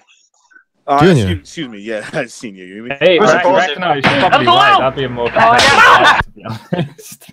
Do you know what, right? It's sad, right? Because Martinez, you know, when he retired, he was like, you know, I can't do this anymore. My legs are done. You know what I mean? I can't train anymore. Now, 4 years later, he's saying, my legs are great. They're healed up. You know, I've healed them up and I've exercised and, you know, I feel as good as ever. Come on now. How many times have we heard this record? It done with David Haye when he came back. Martinez is going to get flattened by Chavez. And it's going to be sad to see because Martinez in his prime whooped Chavez.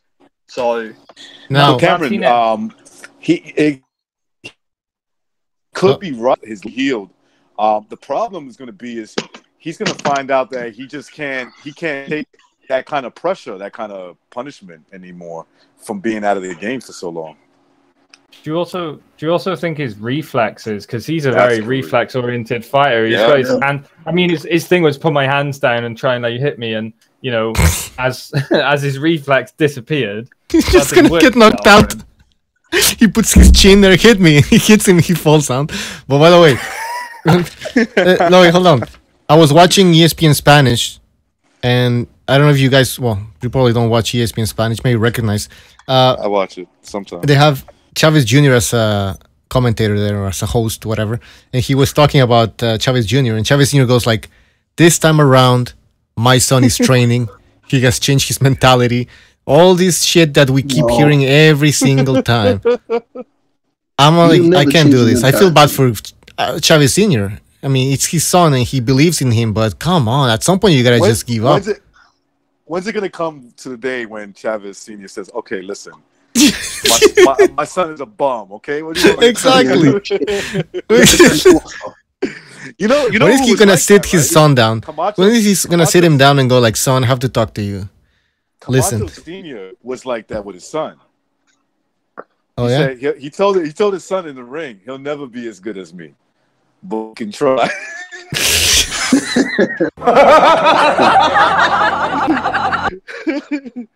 Yeah. Chavez Jr. I mean, Butcher, you posted that picture of Chavez Jr. He's looking ripped, man. Oh yeah, yeah, posted it. Yeah, he looks ripped, man. Yeah, he looks shredded, man. He looks like a beast, man. I've never seen that kind of shape. Yeah, but to be honest with you, I think Is he fighting Martinez again? Did you say? Yeah, in a rematch. Yeah. Oh, the great Sergio Martinez. Yeah, I mean, let's be real. I think Chavez Sr. would beat Martinez right now. Stu, is the oxygen mask going to come out? He would. Do you know what? I reckon the Forrest Gump leg braces. That's what he's going to do. he's going to do a Stone Cold Steve Austin in that ring, wearing all like leg braces and shit. He's going to come in a wheelchair. It would surprise me. Would it be funny if fucking Martinez walks out half robot, half man, fucking fucking robotic legs, because he's going to need them. Do you know what? Is that, do you know what the thing is? These two guys are probably, probably it's going to be the most attractive fight on paper, in terms of name value that division's had for a while. Well, that's how bad that division is. Nah. Well, what division are you talking about? They're fighting at 168. Really? Don't talk wet. That fight ain't better than Groves Smith. No, I'm on about like before that. I'm on about this fight. I'm on about in quite a while outside of that. I mean, DeGale with Jack. But other than that, the division stinks, man. Yeah, it's gone to shit a bit, isn't it? 168 has always been like the cruiserweight division. Since the Cobra left. Basically, yeah. Froch was basically the last of a dying breed in that division. Once he got out there. There's a picture of Chavez on your screen. You can see how shredded he is. I mean, he looks like the Hulk. He's coming for all the champions from 168 to 200 pounds. Yeah, so he quits. I just can't be done with Chavez. Chavez is just fucking irrelevant to me.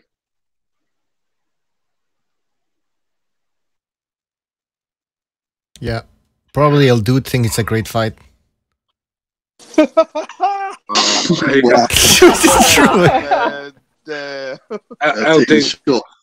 ElDude's gonna have a barbecue at his house, isn't it? On that Mexican style.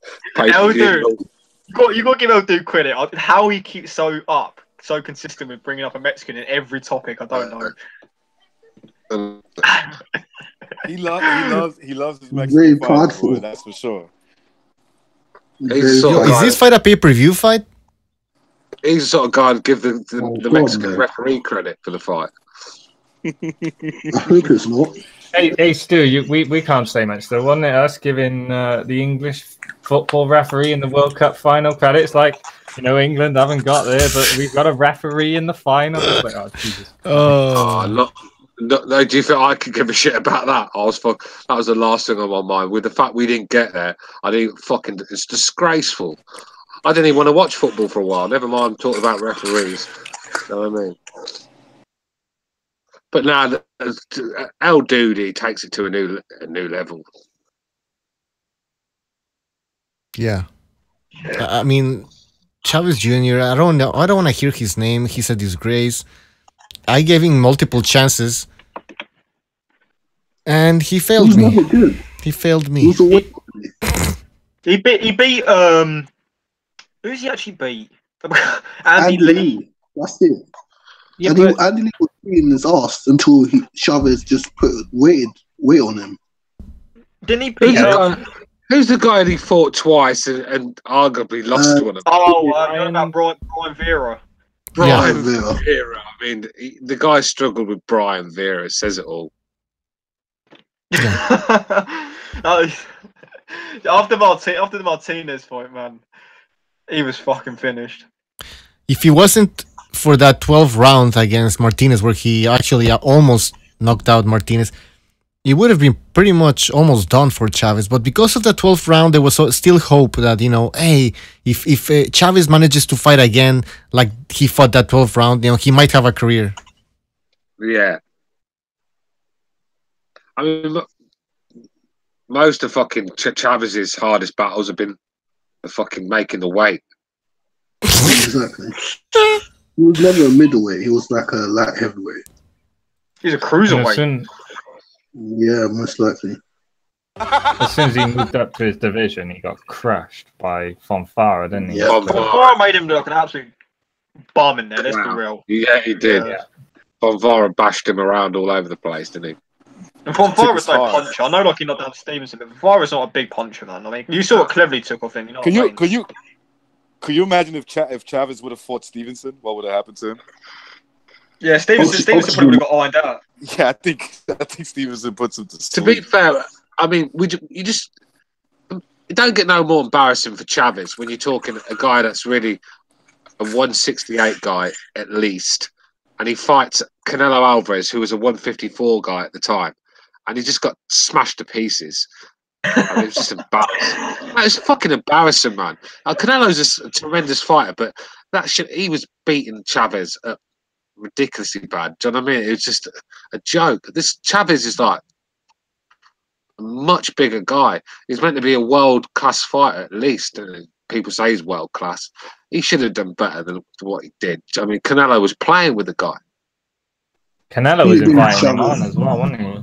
He was just going, come on, come at me, bro. Yeah, I think giving Chavez too much credit. He's shit. He was never good at all. Yeah, but people were saying he's a world-class fighter and that lot. He was the WBC champion for a while, so you've got to put him up that. Well, only because they stripped Martinez. Like, I never liked him. Who did he beat for the title? Who did he beat for the vacant title? Wasn't it Andy Lee? I actually don't know. No, he defended against Andy Lee. Let me have a look, man. I'll let you know. It was some joker.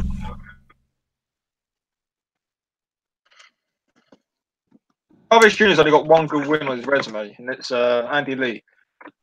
Yeah, and Billy Joe Saunders beat him better than Chavez did. Yeah. Chavez was losing.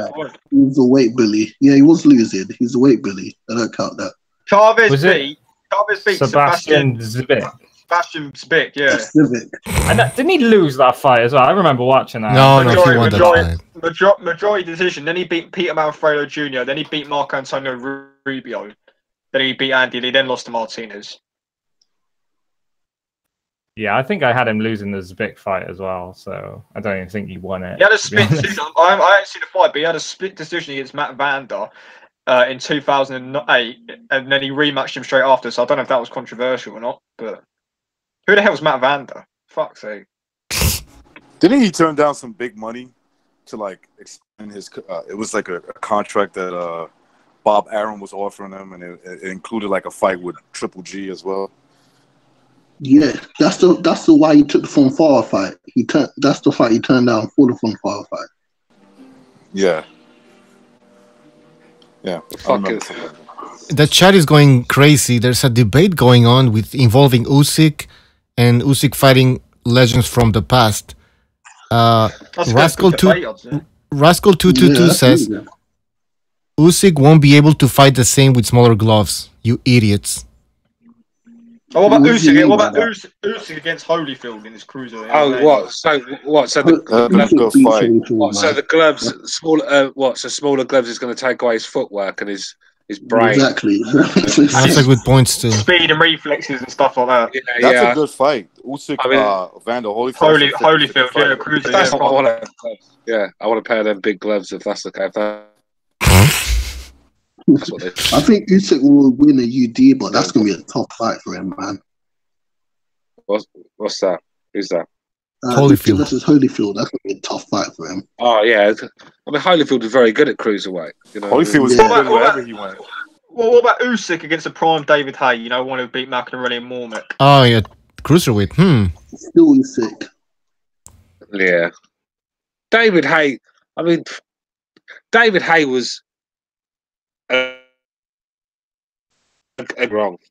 We talk about that Mormick fight a lot, but Mormick wasn't a great fighter. Let's keep it real here.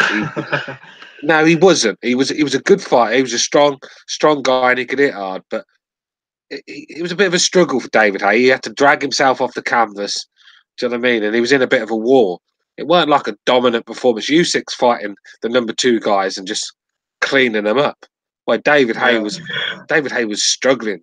Do you know what I mean? And he got stopped by Carl Thompson. I mean, let's not pretend. The great Carl Thompson. This is a Carl Thompson. Super went 12 rounds with him. That's a good point. Did Chris Eubank, who's a super middleweight, not fight Carl Thompson at cruiserweight and went 12 rounds with him? He was a middleweight, mate. Eubank. Yeah, well, a super middleweight. Hey guys, what about Eubank junior middleweight at one point? No, Eubank. Yeah, no, he was a middleweight. He was a middleweight at one. He was at one point. He moved up, I think. Yeah, but the best fights of his career, but the main part of his career was at super. Hey, hello. Around in the 90s, I believe, early 90s. Hey, what about the great Johnny Nelson? The great Johnny Nelson against Usyk. Who do you have? That guy speaks so much shit. I wouldn't mind seeing him. I tell you what, though, tell you like about him though. He defended that title about fucking 7 years. times. 7 years. The WBO. That guy speaks so much. I wish he fought Marco Huck those years ago because I would have loved to see Marco Huck decapitate Johnny Nelson because it might have not fucking sense. I'll tell you how Johnny Nelson fights. That was Henry Akin one day style. Stick a bit of a Coley in there as well. Yeah, mix it with Klitschko. Spencer Fearon. I don't know. This guy was the most. This guy's the most boring. Johnny Nelson. He would stink any joint out that he fought. He was terrible to watch, but he was fucking dreadful. You know what I mean? He was. Ask anyone Johnny about Nelson? Johnny Nelson because I remember Johnny Nelson when he was champion. I used to watch him on ITV and that. Like, terrible fucking to watch. And he actually got booed at times, or the arena, shall I say? He got booed. I mean, I think that's what I'm saying. I think he had 13 defeats. Johnny Nelson. He used to be a journeyman. Did he lose like his first 5 fights or something? Like and that WBO belt wasn't even considered a real belt, by the way. The WBO belt back in the days was like the IBO belt.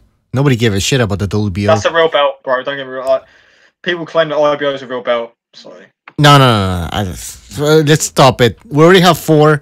What's next? 5, 6? Come on, let's stop it. They have about 20 world titles with WBA out there now. There's WBC have got all these belts. Yeah, that's true. Hey, I have a question. What's up with Johnny Nelson and those tight shirts? I mean, what the fuck is that? He's always wearing these tight shirts. Homophobic escort, in my opinion. He's gay. He's definitely gay. Did you see Johnny Nelson's interview? You know, because Cal Brook got attacked, didn't he, by Amir Khan fans, I think. And Johnny Nelson said, he goes, well out of order. He goes, Cal's not like me, because he's doing an interview with Coogan. He goes, any of you guys come up to me like that? He goes, I'll knock you clean out. He goes, I'll smack you. I tell you what, you wouldn't want to fight Johnny Nelson in a pub, would you, or something like that? Well, no shit. He blocked me on Twitter because I called him a big fanny wet wipe. When was it? Like early in the week? Because he said that what did he put out? Oh, he tweeted that oh man, what did he tweet? I'll find it. I'll let you know. But he blocked me because I called him a big fanny wet. I was like, shut the fuck. I told him to shut the fuck. Let me get that. Go get that tweet. That guy was fucking useless as well. I remember fucking Darren Barker. He blocked me on Twitter, innit? Because he posted a picture of his IBF title that he fucking defended once, and I fucking put on his Twitter. I said, "I've had my stubble longer than you had that belt, Barker." And he fucking man, he lost. He lost to fucking what's his face? He lost to Daniel Gill, I thought. But he lost to Sturm, didn't he? He lost. You know what? Yeah. Basically, Johnny Nelson went. Povetkin's a harder fight for Anthony Joshua than Wilder. And then I quoted it and said, shut the fuck up, Johnny Nelson, you big funny wet wipe. And he blocked me for that. Why, Cameron? Why? Because he's a bullshit claim. He said Povetkin's a harder fight than for Joshua than Wilder. Yeah. Fuck off, man. He blocked me because I said that I've had my stubble longer than he had that belt. Now, when I mentioned that Johnny Nelson wears tight ass shirts, Recognize seemed awfully quiet there. Is that what you do, Recognize?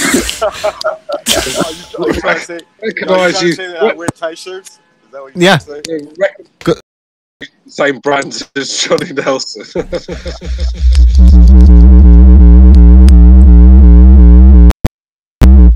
Fucking drum and bass. Sorry, this shit got disconnected, so it makes tons of fucking noise. Alright. We can't hear you, Recognize. Now I'm in the great Manhattan. Can you hear the beautiful? Well, it's pretty quiet over here. This part of Manhattan. Almost done. No, I hear like crackling sounds. Anyways. I hear you talking not English. Yeah, no, I bumped into a Spanish-speaking brother. More immigrants. Spanish-speaking brothers. Yeah, I don't wear tight shirts like Johnny Nelson. No, I don't. No, I do once in a while, but not all the time. Fitting clothes. I can't wear baggy jeans, man. Fuck that. No, man, I got these slim jeans, man. Slim fit jeans, man. Yeah, I got £150 jeans. I won't even wear because they've stretched a bit too much for my liking. So, I spent so much money on clothes in the past few months. It's a fucking joke. I've slowed down a bit now on clothes because when you get older, you don't go out as much. So that's true, man. Like do what you have, man. You know, Stu, I gotta keep buying fresh clothes when when my next engagement comes along. You know what I mean? Oh yeah, you're gonna for your stag do's, isn't it? Yeah, exactly. You know what I mean? I've got one coming up probably in the next few months. I have to see. Guys, I got to head off now, but cheers for letting me join, and I'll listen to the show tomorrow once it's done. Thanks. Good to see you, bro. All right, see you, man. You know what? Cameron should buy for his girlfriends. You know those pants that you open up in the back to take a shit there?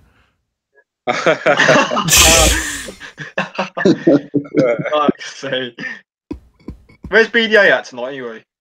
Doing cocaine, I think. Nah, he's working. I don't know. He can't do a show. I don't. That's what he told me. But he told me tomorrow he's gonna do one. So, what the fuck? BDA cafeteria and Oh yeah, he's hanging out at the BDA cafeteria, man. Yeah, he was sleeping. I saw that. Apology. I saw you got some hate on one of your videos earlier today.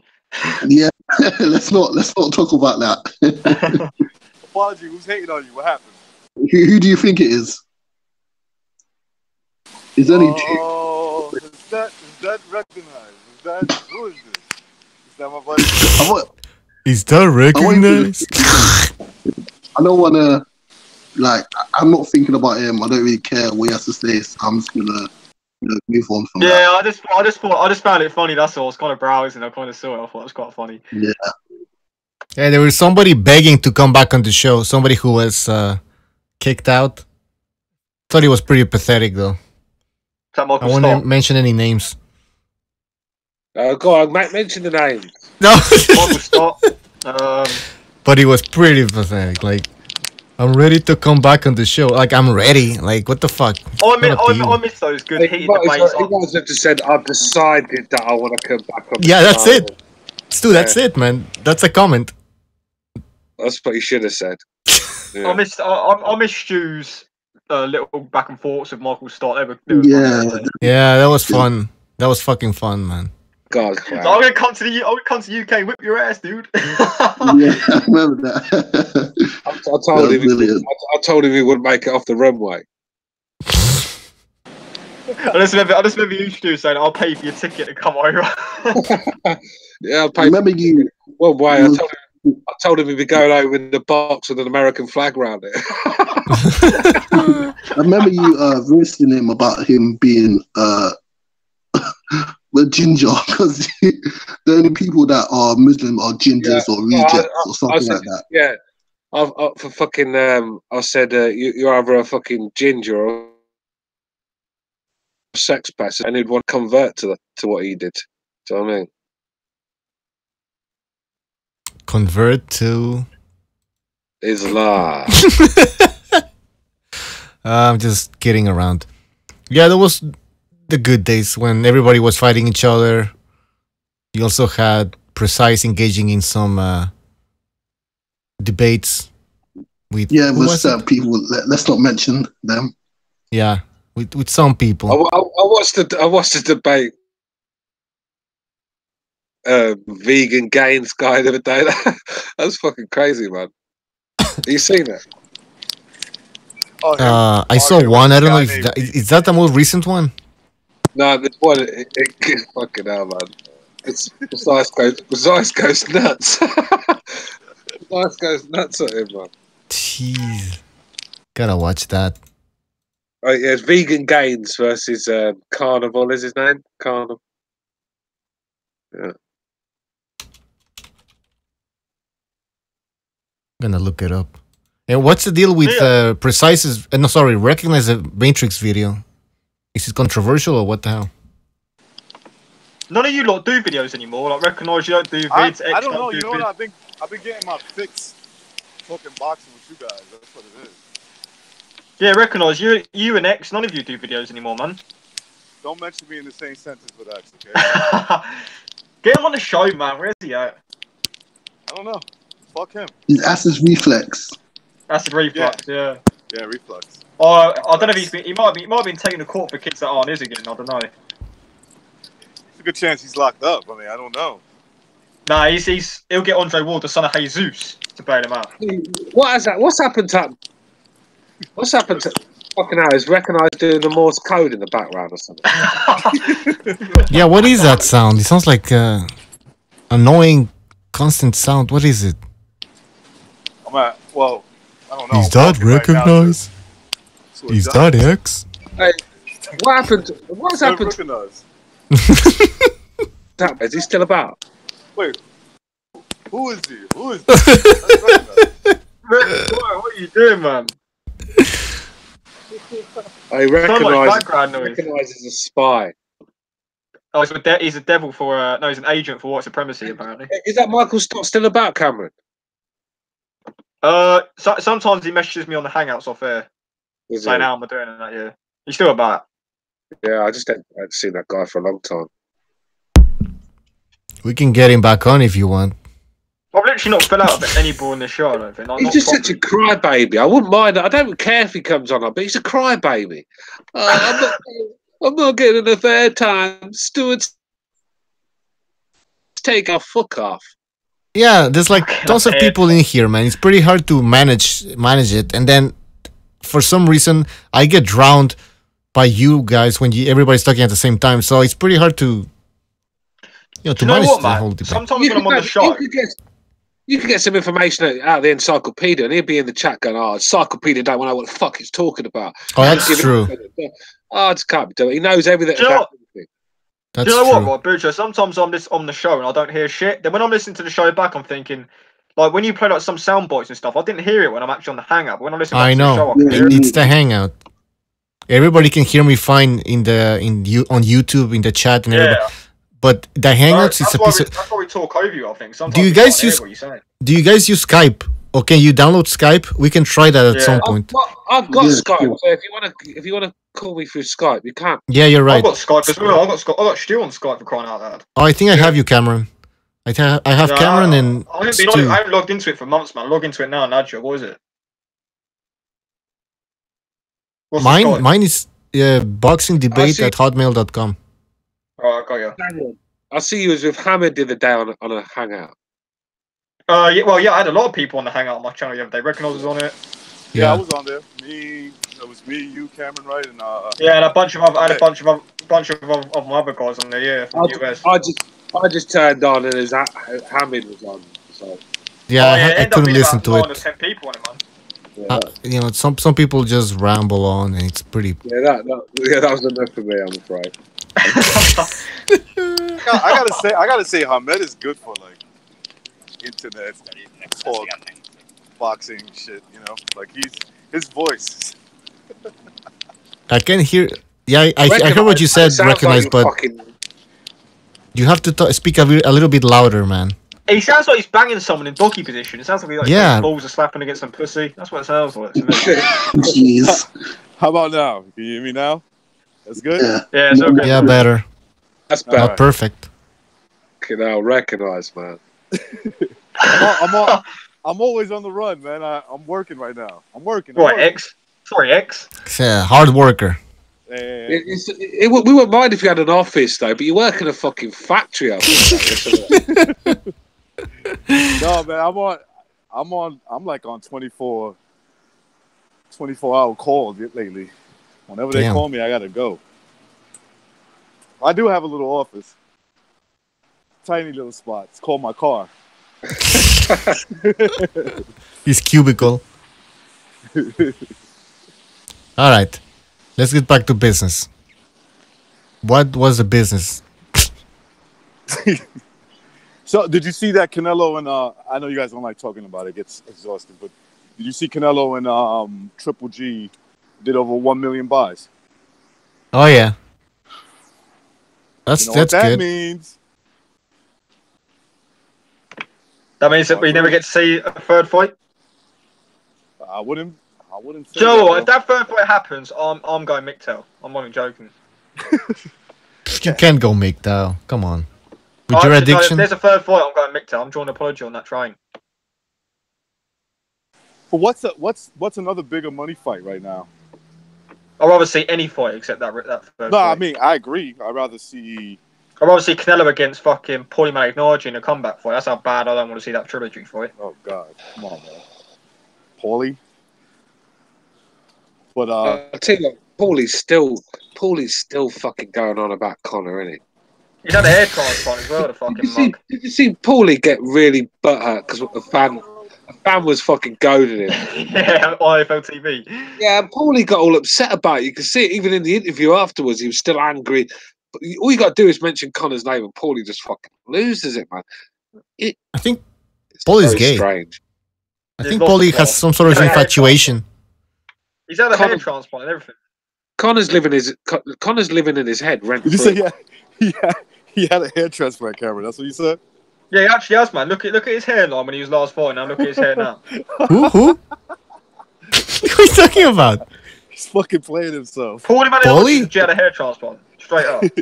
We're gonna look into that now. Are you guys talking about Paulie Malignaggi? Yeah, he's had a hair transplant. If you look at his hairline when he's fighting now, and now looking, he's got like a full head of hair now. So, You know, I work with this kid, right? He was going bald. I haven't seen him for like 2 months or whatever. Or maybe a little longer than that. He comes back, he's got a full head of hair. I'm like, how the hell did that happen? Why didn't you get one? Recognize one, you get one.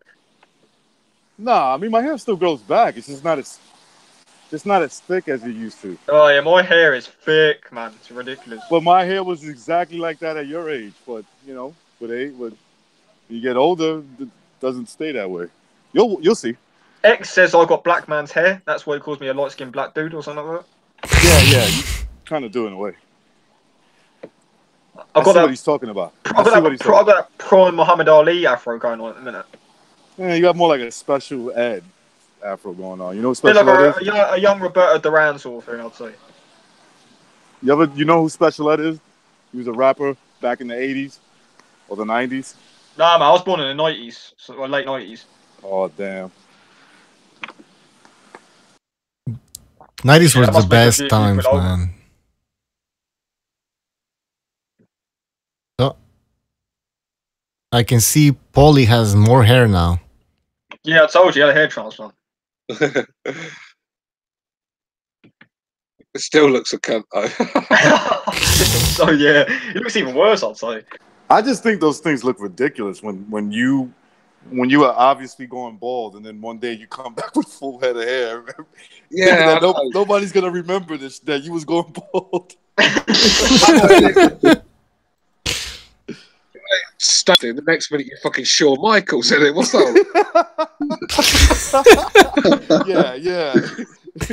Yeah. One day you're like fucking Sean Connery, right? All bald and shit. You're coming back looking like you're coming back with a full head of hair like George Michaels. I mean, who the fuck's gonna believe that? Fucking Jesus of Nazareth. I mean, it costs quite a bit, and it's all getting done. Goes back with a mullet and shit. Like, come on. What the hell's that sound? Someone's in hospital saying. Someone's dying, man. I'm at the ATM. I'm in the ATM. Oh my god. Recognise goes about his life. I bet if his wife was pregnant, she'd be giving birth. Recognise behind the hangout, isn't it? Yeah, exactly. I'm like, baby, listen, I'm doing a hangout. His wife screaming in the background, isn't it? And his Let's call it fuck BDA Boxing. Let's call it the Recognize show. You know, like a live show of Recognizes life. Grand Theft Auto character, man. That's what he reminds me of. A Grand Theft Auto character just goes around everywhere in New York and just goes everywhere, gets money out, robs places, and he was just waiting for Recognize to shoot someone up. I'm an immortal amongst men. That's what I am. Just ATM. gotta be careful. I don't want nobody to rob me like X. You bailed him out of prison. I'm sure he won't do that. You don't know X. That's a dirty little slimy. I'll leave it at that. Hey, do you guys watch that that channel with Michelle Joy Phelps, where she does interviews and shit behind the gloves? Oh fuck no, man! She blocked me on Twitter a long time ago because I said that basically she was shagging fighters. That's why she was getting interviews and she didn't like it. So. Cameron got banned because he was sending her dick pics. That's what happened. Right. That's not true. I don't know where those rumors came from. That is not true. Listen, I heard from a good source, right? Yeah. Stuart will tell you. Oh, definitely. I heard you sent Michelle Joy Phelps an inbox message with you sitting there with your dick out with your Paulie Malignaggi shirt on.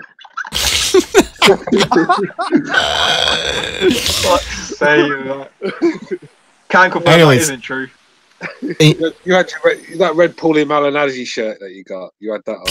Hey, first I've heard of it. Let me tell you that. That shirt you've got, that Hawaiian shirt you've got. Oh right, I got you now. Yeah, fuck's sake. It was that one exactly. It was that one. It was all open and shit. And he's like, "Yeah, Phelps, this is what." Michelle Phelps, what her voice does. Cameron had his Ray-Ban avatars on as well, innit? Listen, right, Michelle, Aviators, whatever they're called. Aviators, whatever they're called. Listen, I can't stand listening to Michelle Phelps laugh, let alone thinking of her fucking orgasm in bed. Oh, shut up, Cameron. You'd be up that quick on a rat up a drain pipe. No, you don't know who's been there, man. Come on, man. She shags fighters for crying out. She shags Victor Ortiz and Keith Thurman, man. It's fucking man. She did? Well, at the same time. No, she definitely shagged Victor Ortiz. I mean, she was fucking touching that guy. She was touching Keith Thurman's leg when he was crying in an interview. Cameron analyzing it. Cameron, stop. You I'm boxing style. You know what I mean? Cameron's the sort of guy who could be in hospital dying and think that the nurse is trying on with him when she's putting his Then give him a bath. Fuck's sake. She was asking for it. Michelle Phelps is an absolute whore. I'm telling you, right? Yeah. Okay. All right. She's sleeping around with fighters. Can I say something? Okay, hold on, Cameron. So getting back to my point on the channel behind the gloves, they have this new girl she's doing interviews now, and I think she's hotter than Michelle Joy Phelps. So you tell me Michelle Phelps is just confirmed to be a sexist because she's got another female, male working for her. Look at her in the screen. Sexist. Let me have a look. It's not there right now. Put a picture. Yeah, it's gonna take a while. Overhand, the chat says, "Oh yeah, she is a lot hotter." Josh Rawls's got a fucking erection, man. Look at that. And then I was reading some comments, and I found this comment very interesting. This guy says, "She's better looking bird than fake lips and full of makeup Phelps." Oh, she's more natural. Yeah, she's a lot better looking than Michelle Phelps. Yeah, I wouldn't say a lot better, but she's just better looking. She's gonna get fired. I think Michelle Joy Phelps had hotel adventures with Tyson Fury too. That's what Overhand in the chat says. German Persian in the chat says Max Kellerman sleeps around with fighters too. Yeah, Andre Ward. She probably does. Max Kellerman sleeps around with fighters. Jesus. Oh, dude. Did anyone? Oh, God. I don't recognise. I don't want to bring him up.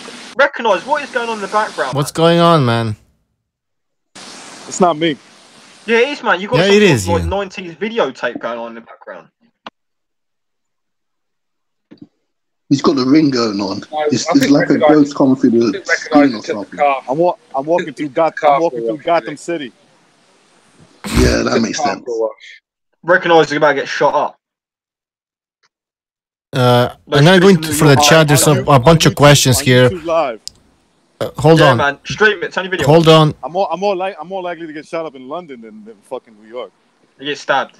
Stabbed. They don't have guns there. Okay, by the way, German Persian in the chat is saying Max Kellerman sleeps around with fighters as well.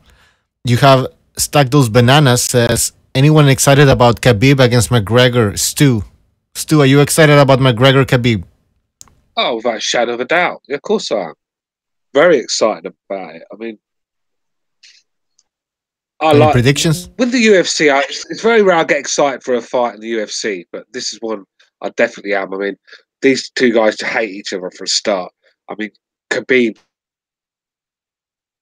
it's two different styles. I mean, for me, Conor wins it hands down if it stays on the feet. If it goes to the ground, there's only one winner, and that's Khabib. It's just, it's just exciting how it's going to end out. I mean, Conor could take it early. If he don't, and Khabib's going to win the fight. I think Conor needs to get him out of there early, but I'm well excited for it. Yeah, I think I'm excited for the build up to it as well. Do you know what I mean? The trash talking and that. I enjoyed the press conference. So yeah, I'm always up for big fights, and I always get excited for big fights. It's just fucking. I just don't think I can handle Canelo Triple G again. So I mean, I just don't. Okay. All right. We're not gonna get into more UFC talk. That's it. Stack those bananas. No more fucking UFC. We talked boxing enough already. Now we're gonna talk about tits and ass. All right. Nice. What do you mean nice? You're a MGTOW. You're a MGTOW. Yeah, you're a MGTOW, man. Well, I can't appreciate women still. Just because I'm MGTOW. He's in the university, guys. He's in the university. He's changing his mind. I'm telling you. Yeah, he's coming to the right side. I've joined a few other apps today because I've obviously been on one app for a while now. I've got a board that I've basically ran through a lot of them. Got them all on, basically I go on these apps, make an account, get all the Instagrams and Snapchats, delete it, remake it, get a load more of it, and I've just kind of run through them all. So I've gone to different apps now. Hey, by the way, I've literally ran through about 200 girls on this app, and it's just like boring. Hey, Cameron. Okay, player. Nah, man. Hold on. Yeah, I'm gonna admit that. Yeah, sweet talk and then get what you want. I found and get dumped. We were talking about that girl that works with Michelle Joy Phelps now. He tells her them channel, whatever. Yeah. Buy him a ring and then get dumped. Cameron's the kind of guy that tells them he loves them and then bangs them. And the second night, and he goes on a date. The next morning, rings him. I think I'm falling in love with you, innit? No, do you know what, man? I really all the ones that have ended, right? I really fucked him up with that. To be fair, I fucking told him a load of bullshit, and yeah, it didn't work out very well. Hey, recognize. Are you there? I'm here. You said you weren't impressed with this new girl that's working with Michelle Joy Phelps channel, whatever. Go look at your screen. She looks hot in the army pants. Fuck yeah. I found her Instagram. And I'm putting it on the screen. What's her Instagram? I'm gonna put it up here so you can see. There you go. It's do you use Instagram? Do you be yeah? What? You're on Instagram, yeah? No, I don't have Instagram. What's her name on Instagram anyway? You got Instagram, reckon, do you? Maybe. I'm everywhere. I'm He's omnipresent. Follow me on Instagram. Look at all my sexy pictures. Hit me up. Any ladies out there? Trannies, anything. The Tanya Morgan. It's called the Tanya Morgan. All together. Tanya Morgan? Yeah, the Tanya Morgan. Wait, no one heard what Cameron said. No one heard him. Ivan Chubicus. Yeah, I heard it. I heard it. Apology. I'm not. Ivan Chubicus in the chat says Cameron is male Michelle Joy Phelps. What do you mean by that? Do I have a stupid laugh like her? No. Am I slag like her? No. I think that's me, man. The second part, I would say yeah.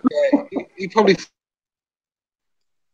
Do I touch up fighters like that? I don't sit here and touch up fighters like she does during an interview, you know what I mean?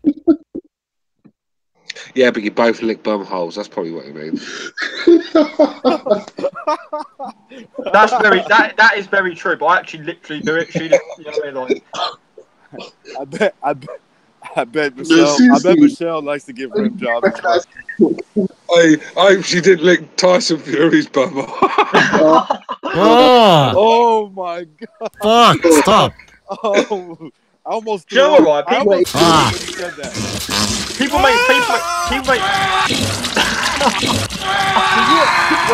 on. Can you imagine a woman you meet, right? And you fall in love with her, and like years later you find out, listen, babe, I gotta tell you something. I slept with Tyson Fury. You might get a little pissed off. You'd be like, all right, that's all right. I mean, listen, he's the heavyweight champion of the world. I can understand it. Yeah, baby, I got another confession. What's that? I licked his ass before. You've been out of my house. It's over. I'll be like fucking Lennox Lewis. It's over. He's not getting up, Jim. He's not getting up, Jim. Yeah. Nah, Joe, right? I mean, I've had a go at my arse out. Never again. Like, I'm a dominant. I'm not stop. Karen, my young friend. There's certain things you need to keep to yourself, all right? Don't. I'm an open book, man. You know what I mean? Listen, I've generally laid there.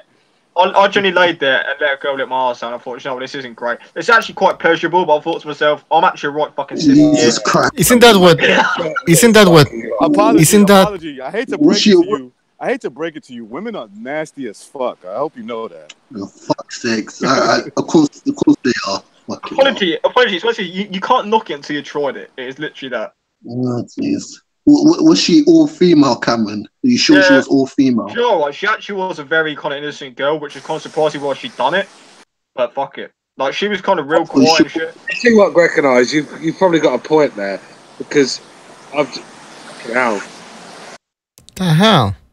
Recognise, you need to fucking get back in your house, man.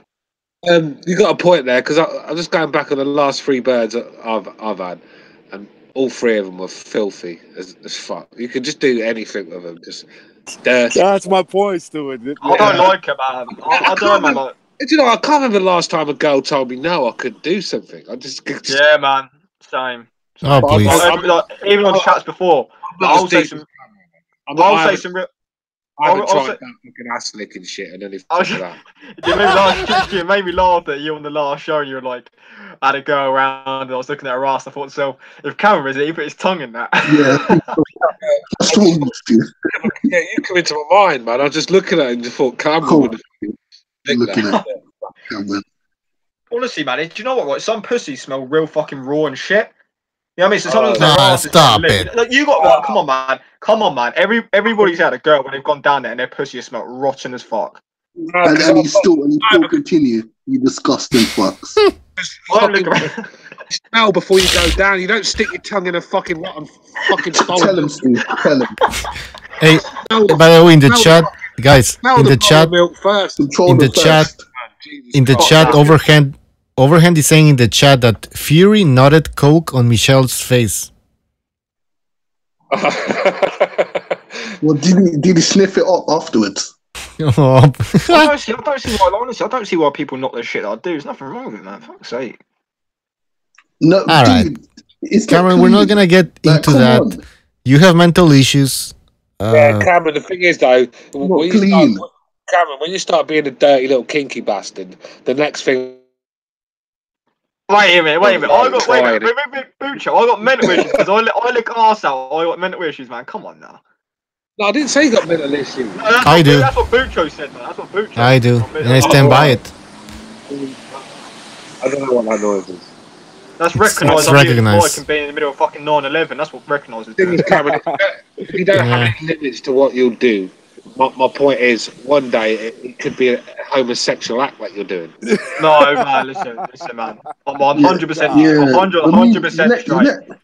Let go. Lick your arm. That's what a lot of these celebrities say, innit? Oh, I was just curious. Yeah. I'll go right. Let me tell you, right. Well, I was out drunk one night, and my mate gave me he was pissed as fuck. He kissed me in a New Year's kiss, and I was like, Joe, what? That is worse than kissing. I'm straight. I'll tell you that. Listen, he literally locked lips at me, and I'm talking like a proper stop. Cameron, you are an open book. You're right. I don't give a fuck, mate. No, I mean, like, life's about being open. You know what I mean? I don't want to be on my deathbed one day. I didn't do this country ass fucked up town. I don't know. I'm going to be on my deathbed thinking, oh, I really missed out not licking an ass. Don't knock it till you try it. You're a lady boy. Lady boy. Why didn't I fuck her, man? I think that's up your alley.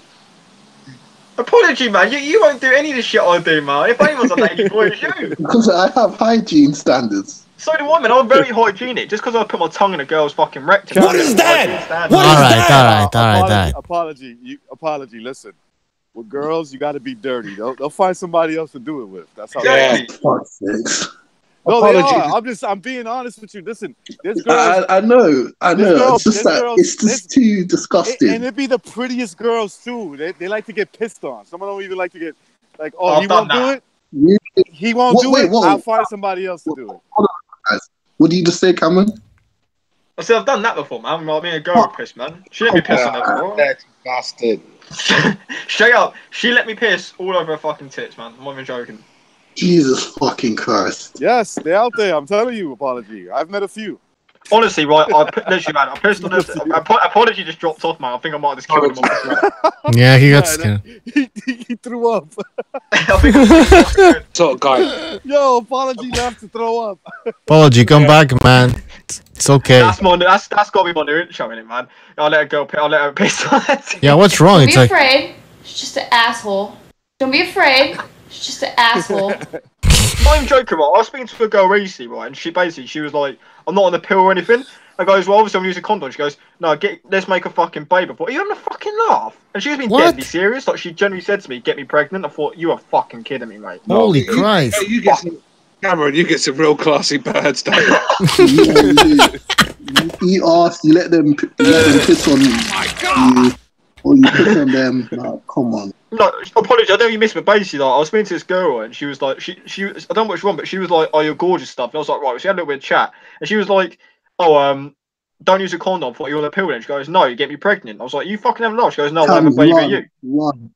Run instantly. Don't even do it. Just run. Apologies. Well, fucking hell, man. I would never do that.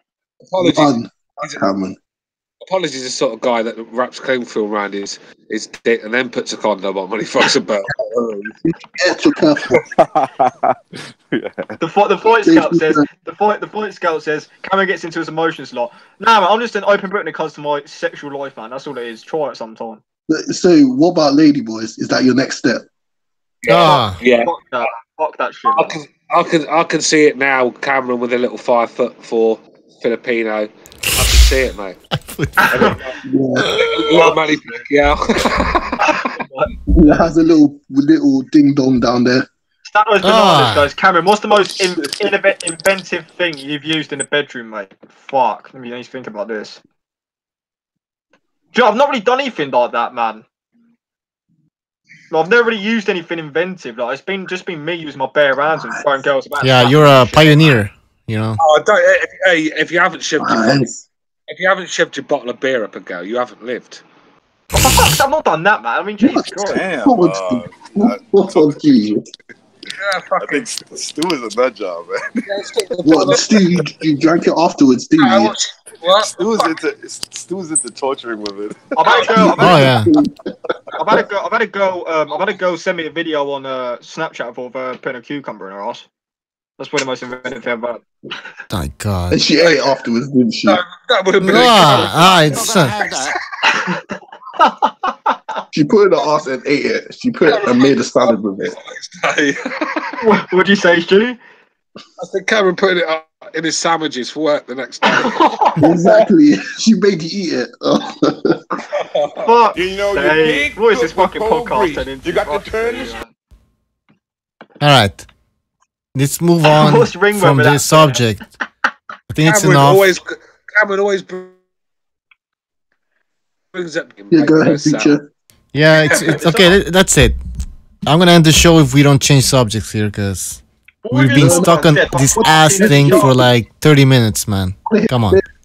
You don't start because I wanted to post a pic of that fucking girl who's working with Michelle Joy Phelps, and we ended up with ass eating. That's because Michelle Phelps is a slack, so we started talking about the slack. Yeah, she's an Instagram thought turned boxing reporter. Reverse. Reverse comes on the show when we're talking about fucking cucumbers up girls' asses. Yeah, that's the best. That's people say that's where you go if you want your career. That's when the classiest and most intelligent facts are being spewed. Words of wisdom.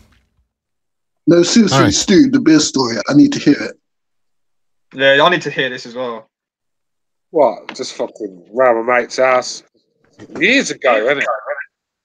Fucking You put a beer in a girl's fanny. yeah, but a beer bottle. Not can, a beer bottle.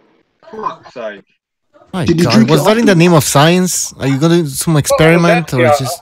poured the bottle into my glass. The bottle was empty. God. I wasn't gonna fuck that.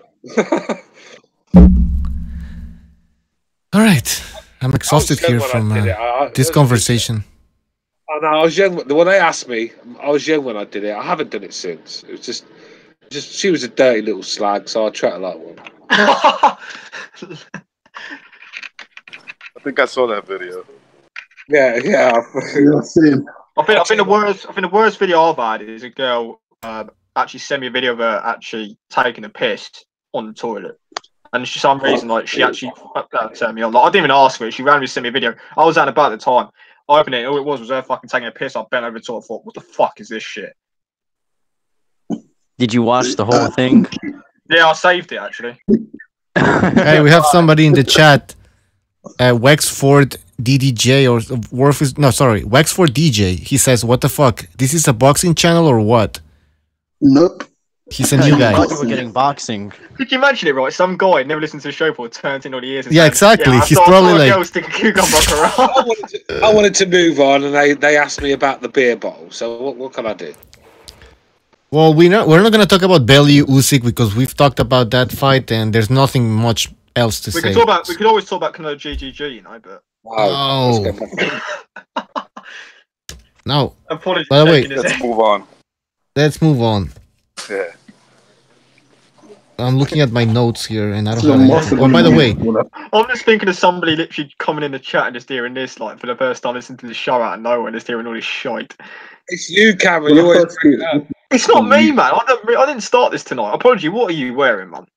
When I first do it, this is the mask I'm going to use. Fucking apology got his fucking... What to do? What? Apology's wearing that kind of thing. You know, those kind of blokes with those leather outfits. That's his rape mask when he goes out to rape. It's Ichigo Kurosaki's mask. He's wearing his latex outfit. That's what he's wearing. I appreciate a guy that knows his anime. man, you're scaring the shit out of me, man. He sits in the dark with his mask. It's worse than Pavel sitting in the dark with his albino look. I think we've got about 3 or 4 serial killers on this panel. Oh, for sure. Where's Pavel? That's another pure example of our diversity. Reverse. Oh, yeah. Reverse. You're quite young, aren't you? Mm-hmm. So you're fair play, man. You're kind of learning young. I like it. Learning all sort of like the sex shit and all that, like the real dirty web. Yeah, he's getting his sexual education from you, fuck. I mean, please. Yeah. All right. You're learning from the best. Yeah, exactly. I was gonna say, fuck, I forgot. Jesus. That made me sound like a right fucking nonce there. It wasn't actually like fucking saying that shit. But... Well, I didn't want to say Cameron.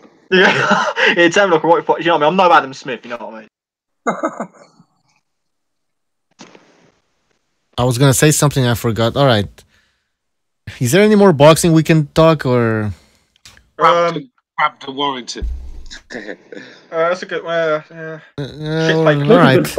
I'm looking forward to that fight. Where's it taking place? Is it in the Leeds United? Apparently Riggindale's coming back. If that interests anyone. No. What is it? Let me ask you a legit question. Where does everyone want to see? Because reverse Johnny. Where does everyone want to see Roman Gonzalez go next after his last win? You're fine. Yeah, me too. What about Donny Yetes?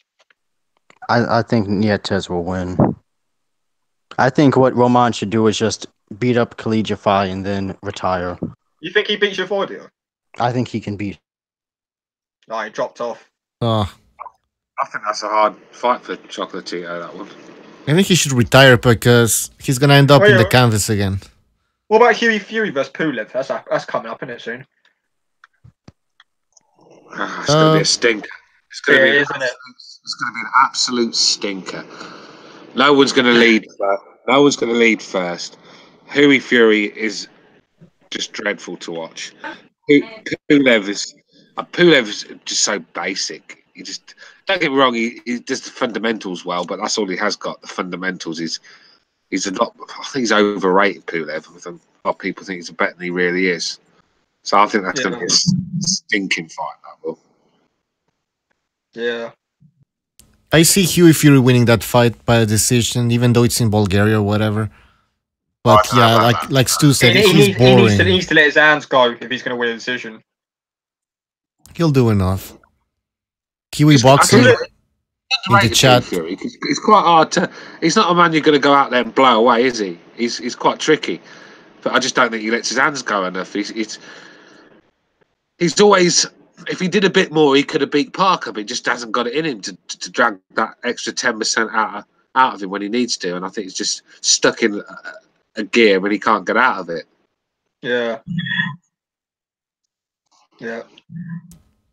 So he's not that good. Is what we're saying. What's his ceiling? No, I think he's better than what people think he is. I just don't think he's ever going to be a world champion. Because I don't. You've got to go and take the titles off these guys. You can't go and pop shot your way in Joshua's backyard and expect to get a fucking points win or anyone else's. Do you know what I mean? You've got to go and take these belts. And I don't think Huey's the sort of guy that's going to get on the front foot and take the titles off someone. I think he's just going to fight like the way he does. Does Jarrell Miller have anybody on the schedule that he's supposed to fight? Yeah, Adam. He's fighting Adam, isn't he? Fuck. That's what Why Adam? I mean, come on, man. Yeah, Big Baby trying to get the Joshua fight, but he said, step back. He said Eddie keep playing games with it. Jarrell Miller's gonna get fucked up by. Yeah, no one wants to see that fight. Nobody wants to see that fight. He's gonna get fucking battered. Let's be real. I mean, he has its obsession with Manuel Char at the moment, isn't he? Someone needs to mute, man. Yeah, but charges pop dirty for drugs, so that might be out the door. Yeah, it will be that. Someone needs to fight Quindo for that vacant regular title now. I can't believe Okendo's still alive. He's been around before I was born. That's how long he's been fighting. Yeah, I remember Okendo on HBO and shit, man. Fighting Chris Bird and John Ruiz, I think. Oh, and John Ruiz stopped him. There's the bullshit stop. Yeah. Recognize. And that was a long time ago, man. I was still in high school, I think, man, or something. Jesus. Yeah, I wasn't even born when Quindo came. That's I'm serious as well. That's how long he's been fighting for. He's about 50 now, isn't he? I don't know how old he is, but he's about 45, 46, I think. He's 45. Yeah, he's in his 40s, man. Heavyweight's a joke when you know Okendo was like 40-something years old. He's fucking fighting for a contender. Yeah. What about Shannon Briggs, man? He's still floating around these fucking drops shouting odds and shit. Fuck's sake. Will someone just give him a fight and knock him the fuck out and put him out of his misery? Because Eddie Hearn said to him. Eddie Hearn was shouting to him, just fight and talk to. Breaking up, bro. Yep. I'm sorry. No, you're back now, man. I said Eddie.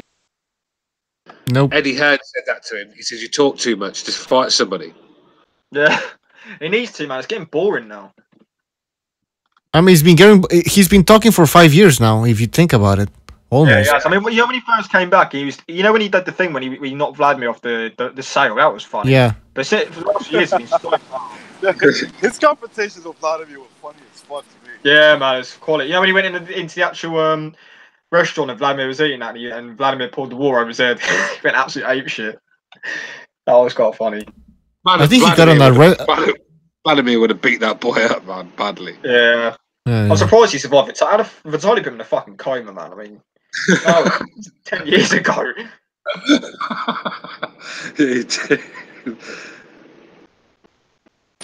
I think if Vitali wasn't like a gentleman type person, he would have fucked him up a long time ago.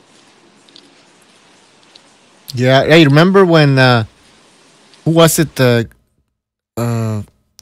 Jesus, I'm forgetting Chisora. Sorry, when Chisora spit on Vitali's face. Remember that? Vladimir's face when he spit the. Was Vladimir? He drank some water. Vladimir. Yeah, okay. He spit in Vladimir's face. He didn't do shit. He didn't like fucking throw a punch or anything. He's just like. I know a lot of people don't like David Haye, I respect David Haye for whipping his ass outside the ring, and obviously inside too. But how did Whoa, so the bottle incident? Vladimir, like, if someone spits in your face, man. The guy if someone wait. First of all, Ucho, okay. I know that David Haye crashed the press conference, bottle, but he wasn't saying nothing to Chisora. Chisora kept saying, you're gonna get 2 slaps for that. When he said, how's your toe? How's your toe? Right. So then he finally snapped. He said, listen, you're a bum. You lost to Tyson Fury. You lost to this one. You lost to that one. And he says, come say that to my face. He comes with his entourage, and you already seen that he smacked, and spit in other people's faces. So he said, fuck that. I'm going to punch him in his face. But he was a bottle, man. Listen, the reason... That's what he said in an interview. I watched an interview with him. They said about him hitting Chisora with a bottle. And David Haye turned around and said, look, I ain't about to be a victim. He goes, I ain't going to sit there like Vladimir and let someone spit in my face and sit there and slurp it up like an idiot. The reason Vladimir didn't do anything because he knew that his life in the long run was going to be a lot better than Derek Chisora's. That's right. Okay, I mean, because look at Derek Chisora. He's running around desperately looking for even an English title belt. And now Vladimir's sitting pretty on millions upon billions of dollars. If you're David Haye, and a PhD. You can't afford to get slapped, fucking spit at on TV when his career, was kind of like in shambles at that point. So he said, no, I'm not going to let this motherfucker come up to me, spit on me. He punched him, and I can't blame him. Yeah. When Chisora, when was it? When they did the whole fuck, I lost my train of thought. Keep going. Fuck. Nino Gaggi in the chat says he kicked me and punched me. Larry Holmes kicked me and punched me. Remember that shit? Larry Holmes. I remember that he got on the car and then he jumped down and just came down with the swan dive. Fucking Larry Holmes did a swan dive. I'll never forget the time when Lennox Lewis and Mike Tyson did that press conference and Tyson over there and they started throwing punches. He bit his leg. Yeah, he bit my leg. He bit Lewis's leg, yeah. And it's true because my back is broken. Spinal. My back is broken. I'll make you. Do you remember we went to the port? He was like, "I'll make you love me, bitch." If he did that, if someone did that nowadays, they get seriously fucking. What's great about that video with Jim Gray? It's not what he. To me, it's not so much him saying his fucking back is broken and spinal. It's he's looking at Jim Gray like, you don't believe like me? 100% serious. No, and he's looking at him like, if you disagree, I'll smack you. Yeah, Jim Gray. Yeah. Nothing beats the time. What? What about when Larry Merchant basically said he'd whip Mayweather when he was 50 years younger? Nothing would be that close for interview. He said if Larry Merchant was 50 years younger. If I were several decades younger, the king is here. You can have Kenny Bayless. I was 50 years younger and I'd kick your ass. If this was 1952, you and me. Then it'd be the back saying, you ain't gonna do shit. You ain't gonna do nothing. Fucking Ellery's such an ass kisser, man. Before I knocked out George Groves at Wembley Stadium in front of 80,000 fans. Oh, did anyone see that? Speaking of that, did anyone see Frotch's Instagram live video on the other day? Basically, he's walking in the ring, and he goes, "There's been some great memories in this ring," and he literally put the video towards where Groves got knocked out. And he tagged George Groves and goes, "Actually, that's where George Groves landed." Damn. Fuck's sake. Can you not get over it? Like, fucking no. He tagged George Groves as well. Like, you saw his George Groves' Instagram handle where he exactly got knocked out. How did his brother get on in that fight? His brother Lee Frotch had a fight, didn't he? How did he get on? Oh yeah, he follows me on Twitter. Let me have a look. The guy who was fighting was a monster.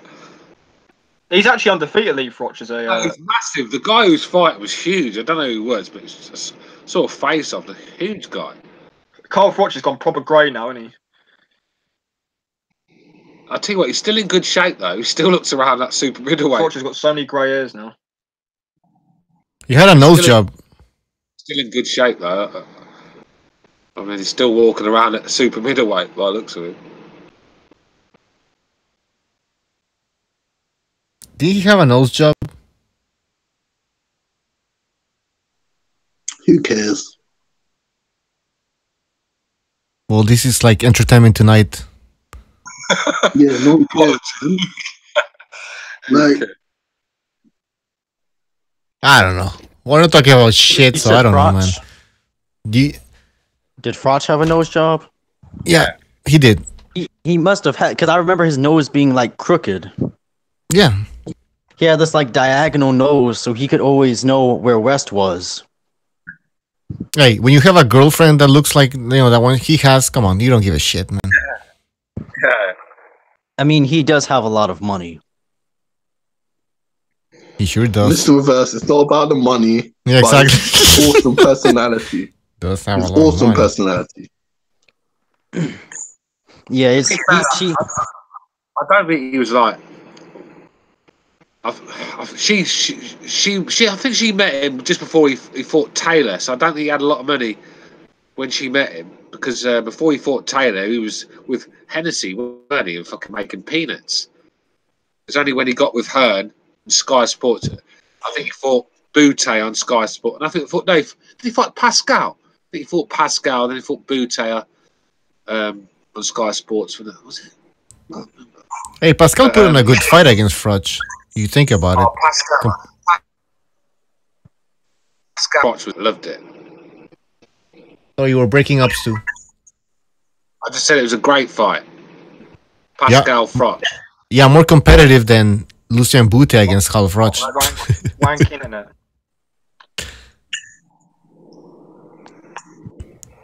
Can you guys hear me? Yeah. Yes. All right. Making sure. Let's read some comments in the chat here. German Persian says, if Larry was 50 years younger, he still would be like 50 years old. Yeah, that's true, because Larry, even if you watch his older interviews and his older videos, I read a comment that says, has Larry Merchant ever looked like he wasn't 60 plus years old? It's true.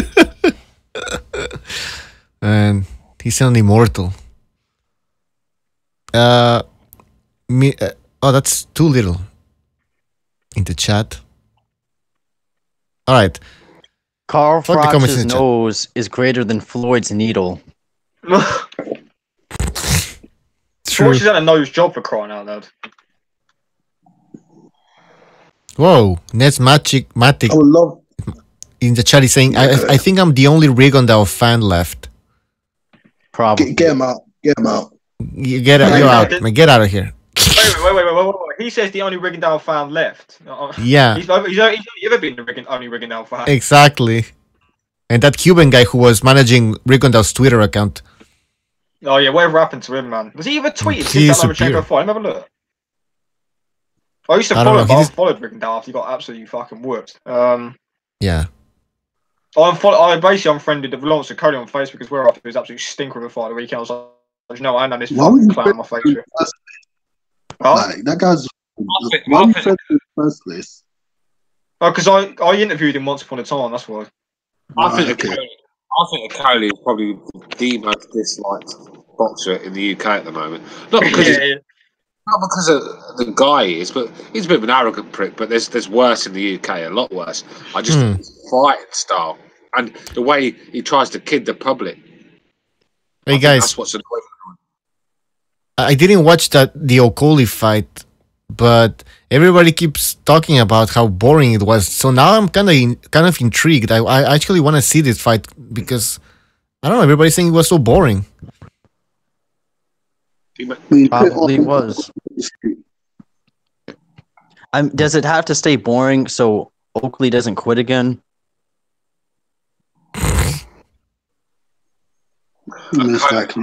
Coley is just horrible to watch. Everything I hate in a fighter. He's got. As soon as a guy gets close to him, he holds. He's got no defense. He's not even accurate with his punches. He's got long arms. It's not like he's catching these guys coming in, looking classy doing it. He don't even do that. He looks sloppy.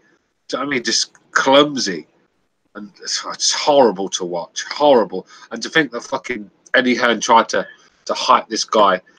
So I mean, tried to hype this guy up, tried to put him on top of the bill on a Sky card on his 7th, 8th fight or something like that. And it was I have a horrible question. to watch. I have a question. Is this the last time we see Okoli in an undercard on pay-per-view? Last time we see him on an Anthony, mind you, Anthony Joshua's his manager, so bet your life he'll be on the next card.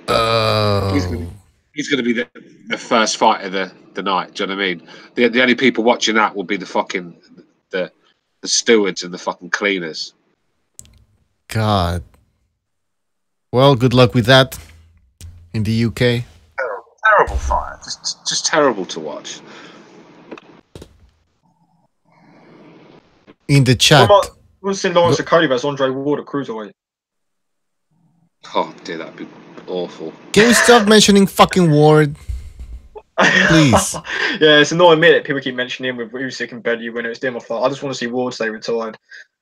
Me too. He lost that Kovalev fight. I mean, Yeah. for me, that's it, man. I don't care. That's why he retired, man. You're lucky and he knows it. I feel like saying something about Andre Ward, but I don't want to say it because then we're gonna get into a Ward debate. So I'm just gonna keep quiet. It's better than getting into a Stevenson debate. When Ward's name gets mentioned, it sort of drains my soul a little bit. It really does. It's like hearing the appraisal of the guys who committed 9/11. Exactly. It's like talking about Auschwitz or something. I mean, no. Speaking of 9/11, I was actually watching a documentary about 9/11 earlier on. Actually, I don't know why. Just kind of switched it on. I kind of like these kind of like. I like my conspiracy. Yeah, I love it, man. Hey guys, I have a question. I want to do a second Renaissance again. Hold on, I want to do another second Renaissance. I wanted to do it on Star Wars and how the left liberals have like basically taken over Star Wars and destroyed the whole fucking saga. Yeah, the feminist, the cultural Marxism and the feminist. The most disgusting people on the planet. Yeah, that movie sucked fucking balls, man. I was so disappointed. And you can't go back and change the movie. It's done. It's there. It's going to be there forever. They destroyed it. People waited like fucking 30 years to see episode 7 and 8 and 9, and they ruined it. Why are they trying to change the women's roles in these movies? Do you know what I mean? Anyways. Put them back in the kitchen.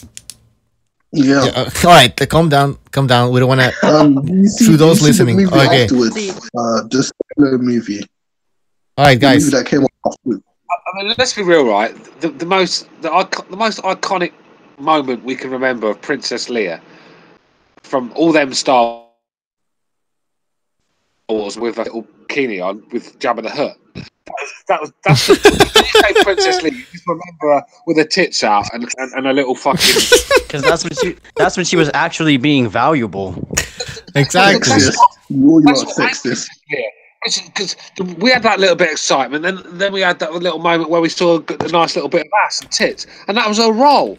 But these women in these new films, they're like Jedi Knights. I mean, they're beating up Darth Vader's fucking Prodigy and all sorts, aren't they? Do you know what I mean? Most of them are ugly as fuck.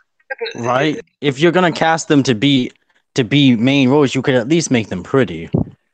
Because because Star Trek, the original Star. The women on there are always saving the day. Look at the one in the Jedi, the last one, the Last Jedi, when she Rey. The fuck, don't she? She was the one that had to do it. None of the guys were brave enough to do it. It had to be the woman, the brave woman that told everyone to go while she drives the ship into the fucking fleet. Had to be her. Do you know what I mean? Just like that girl who knows every trick in the trade. She's been a Jedi for a week, but she knows more than Skywalker ever knew.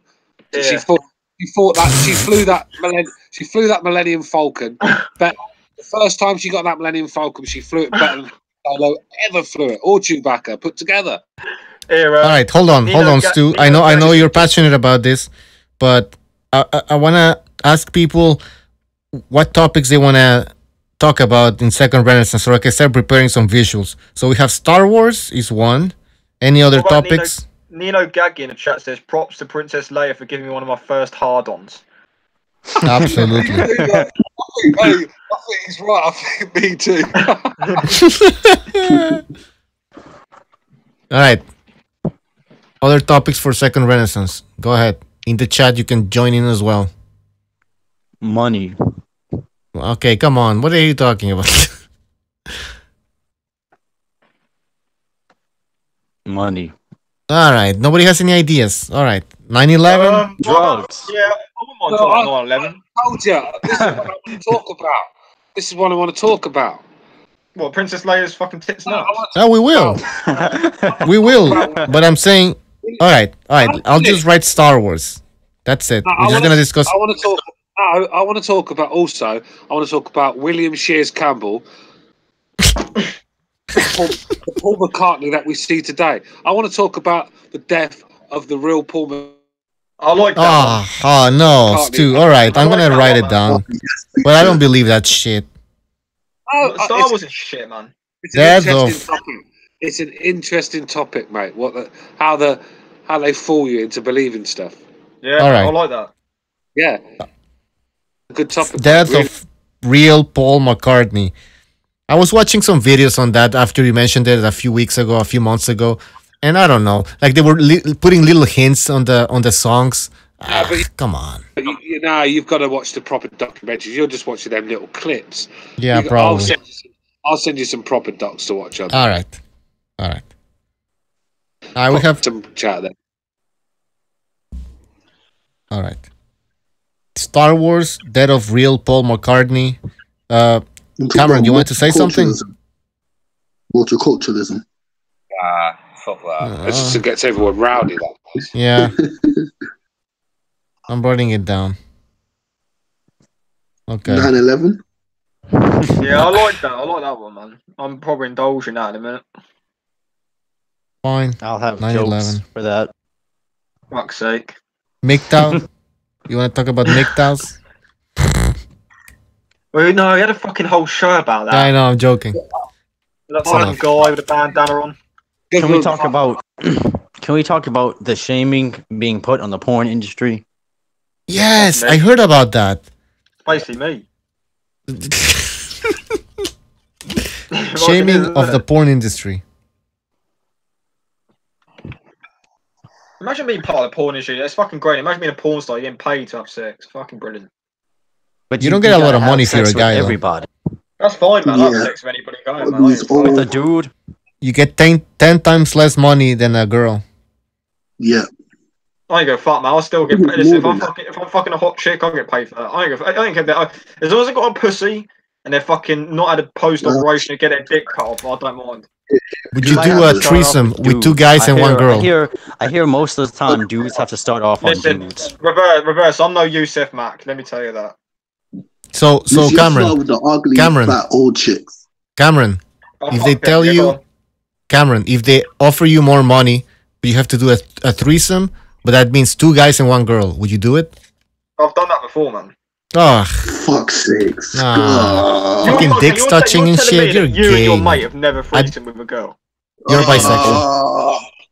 Cameron, just admit you're bisexual, Listen, man. Dave Chappelle had a great quote. He said, "My fantasies are limited to one penis." Nah, listen, man. No, Cameron, no. Don't do it. One of us took the arse, one of us took the pussy, man. It's always the way. Jesus fucking Christ. Were you looking in his eyes as you did it? Do you know what? Do you know what? There was a point where I literally had my arse in his fucking face, man, in one of the positions we were doing. It's a fucking joke. Ah, you're fucking. Cameron's borderline. He's borderline. Did he go deep? Weed degrees in the chat. I know weed degree. You're loving this, man. Me and you are tight, man. You love it. Me, weed degree, and who's the other one that I'm good with? I think it's a Shepherd's Sons. I'm not too sure. Did you high five him? Like, yeah, good job. I'll tell you what happened, right? No. Basically, me and her were talking to her at the same time, but we didn't realise. So he was around mine one day, and he basically said, "Oh, who are you talking to?" I basically told him. He goes, "I'm talking to her as well." That's a long story cut short. And then obviously he and me, I messaged her saying, "You up for a threesome?" Because obviously she knew that I was mates with him. Like, this is my best mate. But she said, "Yeah, she was up for it." So it just fucking happened, man. John, you hearing this disgusting shit, man? Like, John loves him. Talk some sense into Cameron. Yeah, all right, that's enough. That's enough. We're not gonna get back into that discussing stuff. I mean, that's enough. There you go. So- There you go. That casual Azzy's chirping up. No, I love it. I knew at some point you'd do it. Yeah, no, John, talk some sense into this, man. Please. What's Sassy saying now?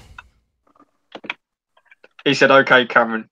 Oh, yeah. Now Listen, you guys man, are friendly. I don't know how long you've been listening to the show for, man. But listen, man, everything I say is fucking truth when it comes to that. We have John Gonzalez in the chat, in the Hangouts. John Gonzalez, welcome. And do you have any suggestions for Second Renaissance? John, 3 times. That's Well, it. we can talk about sort of disappearing, females that disappear because he knows all about that. Yeah. Yeah. No, there's Well, there John. he is. You can talk about free He's key sex driving. positions and what's the dirtiest thing you ever done. Like John will have a loads of those. Hold on, give me a second. All right. Fuck you. Just fucking reading Cyan Castle. Overhand in the chat says, is John in the woods? Probably. What the hell? We Degree is saying we can talk about sex landlords in the UK. What the hell is that? It Sex sounds landlords. It sounds like a landlord where you pay your rent with As debt. he goes, that is one subject Cameron isn't casual at. Fuck's sake. It's where landlords offer women to rent their houses for Yeah. sex. And it's really sexist, Bucho, so you have to be sensitive. Like, it's a patriarchy oppressing women. Do you guys agree with that? I mean, I mean, they could pay money, but they just want to be sluts, so that's on them. 100% X is going in on Azzy now. Fuck's sake. That's your pension. What are you gonna do, man? Well, fucking. No, if you buy that, most people that got a house they rent it out. That's their pension, and you're just giving it away to some bitch for a bit. Wow. I mean, him pussy when he comes to 60 years old, you can't cash that in, can you? Do you know what I mean? Fucking ridiculous. I know there's some guys out there, Stu, who like that type of shit. I know, but I just don't get it. You know, some of them houses probably £600-700 a month they can bring in. I mean, fuck, You're gonna be doing that, Stu. Stu, you're gonna be doing that. Movement. Stop giving hoes stuff for free. Yeah, I agree. Stop paying them for sex. Stop paying them for sex. Most of them will give it up for nothing anyway. If you're gonna pay for sex, do it directly. Yeah. Hey guys, have you seen those webcam girls that get money and shit, and they don't do anything? They're just on camera and stuff, and they have a wish list. They have a wish list, and then like they have like, I want an iPad, I want an iPhone or whatever. Just because she's Asian and playing, Fortnite, guys will just hand her $350. Yeah, that's sad. You know that Twitch streamers make more money than porn stars. It's gotten to that point. Can I tell you a story, right? I've got a bit. Let me tell you a story, right? And I want to get your guys' thoughts on this. So there's this. Abstract just joined the call. He might like this story. So basically, I'm not really friends with this guy, but it's a guy that I've known for a while. Mute your mic, John. I'm trying to tell a story. Yeah. So basically, this guy, he met this Filipino girl online. He never met her before. So a year later, they've been talking for about a year. Then last September, he went over there, met her for the first time. He proposed to her. They got engaged in the first time. He didn't see her again, and now he's just gone over there, and they've just got married. What do you guys make of that? This guy has gone over to the Philippines, married this girl, met her twice, and married this girl, and they basically just got married, man. I mean, Jesus Christ! I mean, desperate. Desperate, and it's that, isn't it? When I was driving home today in the car, I was listening to the radio, and the fucking found some British guy and some Malaysian woman buried in their garden. They fucking got them. They got the in Malaysia. They got the Malaysian woman's brother. Have charged him for the murder. I ended up in the fucking garden, man. Oh my God! A good point. That's a good point in the chat, right? They're talking about cam girls. Like, who is desperate enough to sit online and pay webcam models to get naked when you just watch porn for free? That's never. Cameron, you know why? Like, for like, it gives them the sense that they're connected. Hold on. One at a time. Apology. Finish first, man. Yeah, real quick. Like, basically, when you usually you donate money, and then they'll give you like a small bit of attention. And like when you watch porn, you're just watching it. But because they're live, they will give you the live attention. That's why men want that like 5 seconds of like them noticing you. So, yeah, I'll get it. Yeah, I'll get that. Real sad, lonely, pathetic men out there. Yeah. And Stu, that's on the rise. Like most men are doing it now. Yes, also with the way the dating market is today, when you've got every chick with a halfway decent waistline thinking she can get David Beckham, what are you supposed to really do? By the way, hold on.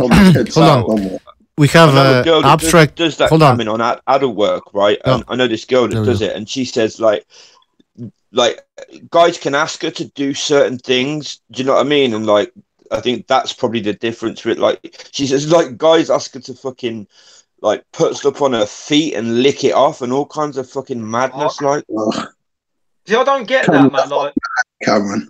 I'm so glad that I don't struggle getting fucking female attention. You know, it's in fucking being in this situation. Let me tell you that. Listen to fucking Julio Iglesias over there. I'm sorry, man. Listen, I'll brag, man. You've seen all the pictures I've had with these girls on here, man. I ain't fucking lucky. I mean, it's going on these fucking sites and pay for shit. Fuck anybody who does that, cunts. No, but the thing is, though, Cameron, the hard bit for you is keeping them. Oh, mate, listen, man. I'm young. Like Recognise said a few times, he goes, I'm young. At least I'm pulling. It doesn't matter how long I keep him for. Shout out to Recognise that. There's no point in trying to keep a woman. Nope. When she wants to leave, she'll find a reason. John Gonzalez knows all about keeping. Doesn't know anything about keeping because he just fucking slaughters him. Yeah. Well, he keeps the body in. I remember one time John said he likes he likes to disappoint them. Weed the Green. What's that supposed to mean? Stu. Weed the Green in the chat says Stu ties women up, then buries them in this. What the fuck? Oh, back garden.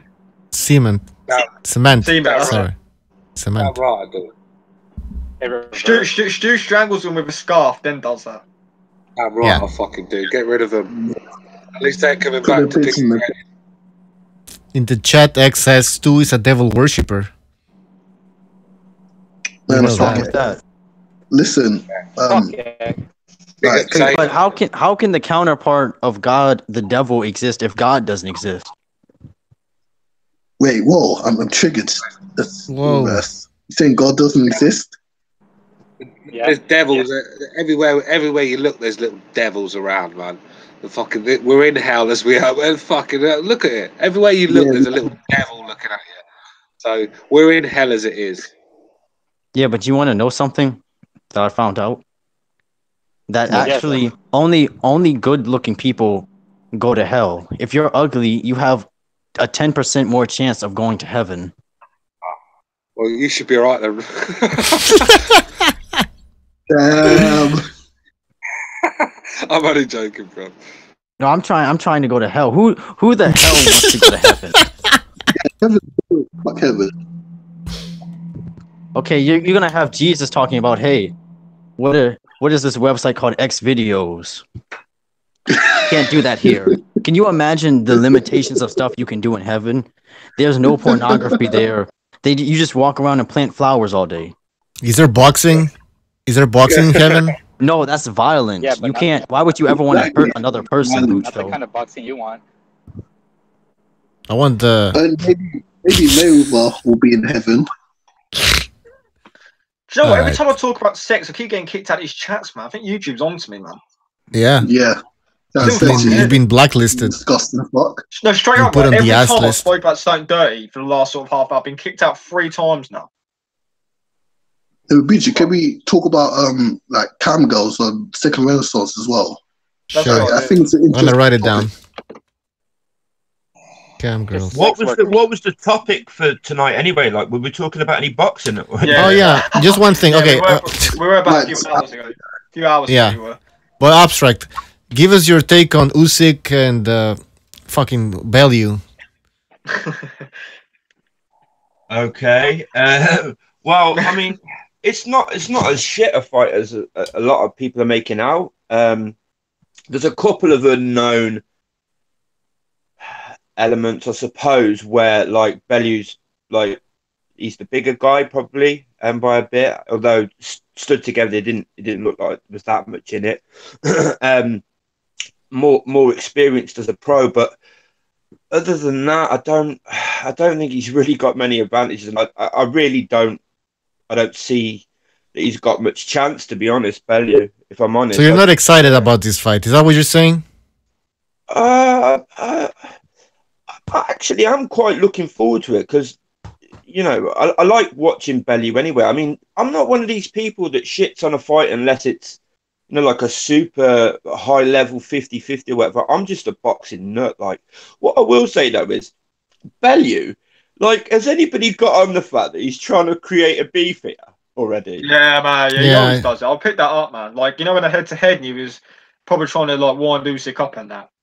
But even like as they were talking and the thing, if you watch Bellew's face, he's like trying to get onto things, and everything like that was said, he's like repeating it and that. And there's some like comment about him being arrogant. I mean, like on the grand scheme of things, what people say about each other in boxing, saying to them, "Oh, you're arrogant," it's hardly fucking like insult of the year, is it? And yet Bellew's all pissed off about it. I don't know if this is a guy that just has to fucking have a beef. He has to manufacture beef. I used to think it was to sell the fight, but now I'm not sure if he just can't get up for a fight unless he can, you know. Abstract, very good point. That's what I noticed. And you know what? Tony Bellew, have you ever heard this from Tony Bellew? I'm pretty sure the answer is yes. Okay, here we go. Nobody's giving me a chance. Nobody's giving me a chance. I'm fighting a monster of this division. I'm fighting a monster and always getting same story. He's trying to motivate himself, man. Yeah, that's what I was thinking. Because how can you not get motivated for this fight? Yeah, he's motivated. It's just that this guy's got such a big ego. I just couldn't bear it. I used to like him. Why would you like this guy? Come on. I used to know. You know, before he fought Macaboo, he was actually alright. But I don't know, his ego's got a lot bigger in the last few years. Like that's a good point. It's the same build-up, and it's just spews the same old shit. You fucking rat! You fucking rat! That'll be the next thing he says. No, the next, I was saying that press conference. I'm just looking forward to getting home to my wife and kids because that's usually the one fucking thing he says all the time. That's all that matters.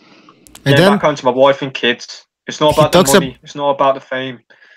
Bullshit. And then he talks about this Macaboo fight as if it's the biggest fight. Can you guys hear me?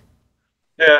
When he talks about Macaboo, he makes it seem to be like he went over to Russia to defeat fucking Ivan Drago when he was fighting in his hometown. Come on. Mission Impossible. Yeah, exactly. Nobody gave me a chance against Macaboo. He says, nobody's giving me a chance against Usyk. Mission Impossible. He who dares. I mean, fuck. I mean, to be fair, like I think the reason he sort of like bigs up the Macaboo win so much, and you guys might not get it so much over there, but football is a big, massive thing in this country, but especially in like Liverpool and stuff. And that's where that fight was the Everton football ground. Yeah, I know. He grew up watching them and stuff like that. So I think that's probably more why he sort of like says that was, you know, nothing's going to top that and all this blah, blah, blah. Does anyone care about Everton? Does anyone care about Everton? No. So I don't know when the last time they won anything. And a few fucking idiots up in Liverpool. That's it. No one cares. You know what, right? Bellew for me, I mean, I'll give the guy credit for one thing because he has, you know, if you told me that a few years ago that he would have done what he's done now, I would have fucking laughed your face off. But, you know, I don't dislike the guy. I just think, you know, it's so fabricated. Like all these people on Twitter, I'll go into it today on Twitter with a lot of people that, you know, so many people are claiming he's got a chance, he's an elite fighter. How the fuck is Bellew an elite fighter? Like, who's he beat to claim he's elite fighter? He beat a washed David Hay, he beat Cleverly, like I say, he beat Cleverly, who wasn't a cruiserweight. He was laying on the ropes for 6 rounds and he couldn't knock him out. Yeah, it's better. You know, I'll give him credit for the Macaboo win, so I picked Macaboo to beat him. So I'm not going to, you know, be contradicting myself. I'll give him credit for beating Macaboo, but that's all he's done. You know, really. Yeah, I mean, he's an overachiever, given that, you know, he was getting knocked out at fucking super middleweight and stuff, light heavy.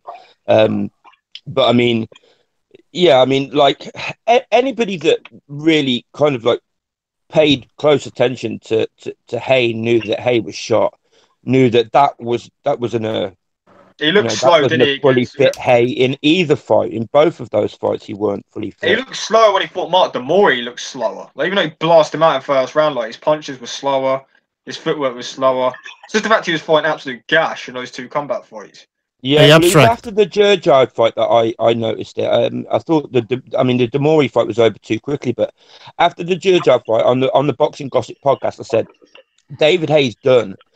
David Hay is fucking done. Like, and people were like, "Oh, what are you basing that on?" And you could see he'd lost a step. If you watch a fighter and his movement and stuff, you can see when they've lost it, and he had lost it. Abstract. Jonathan Williams in the chat says, I'm new to this channel. This guy, referring to you, was on Boxing Gossip's channel. What happened to that?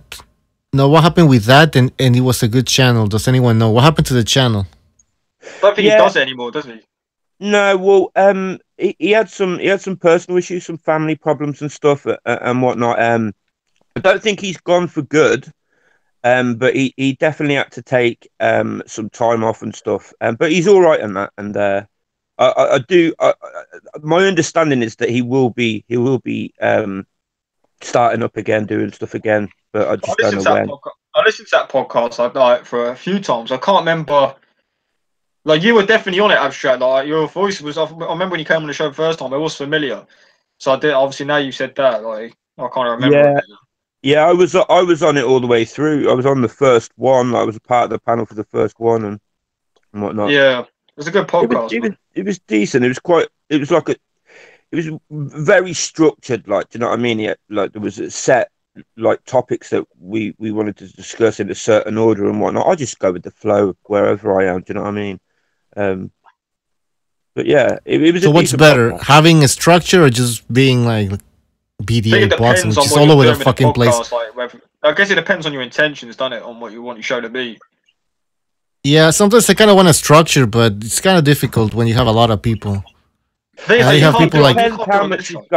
Sorry, Cameron, go on.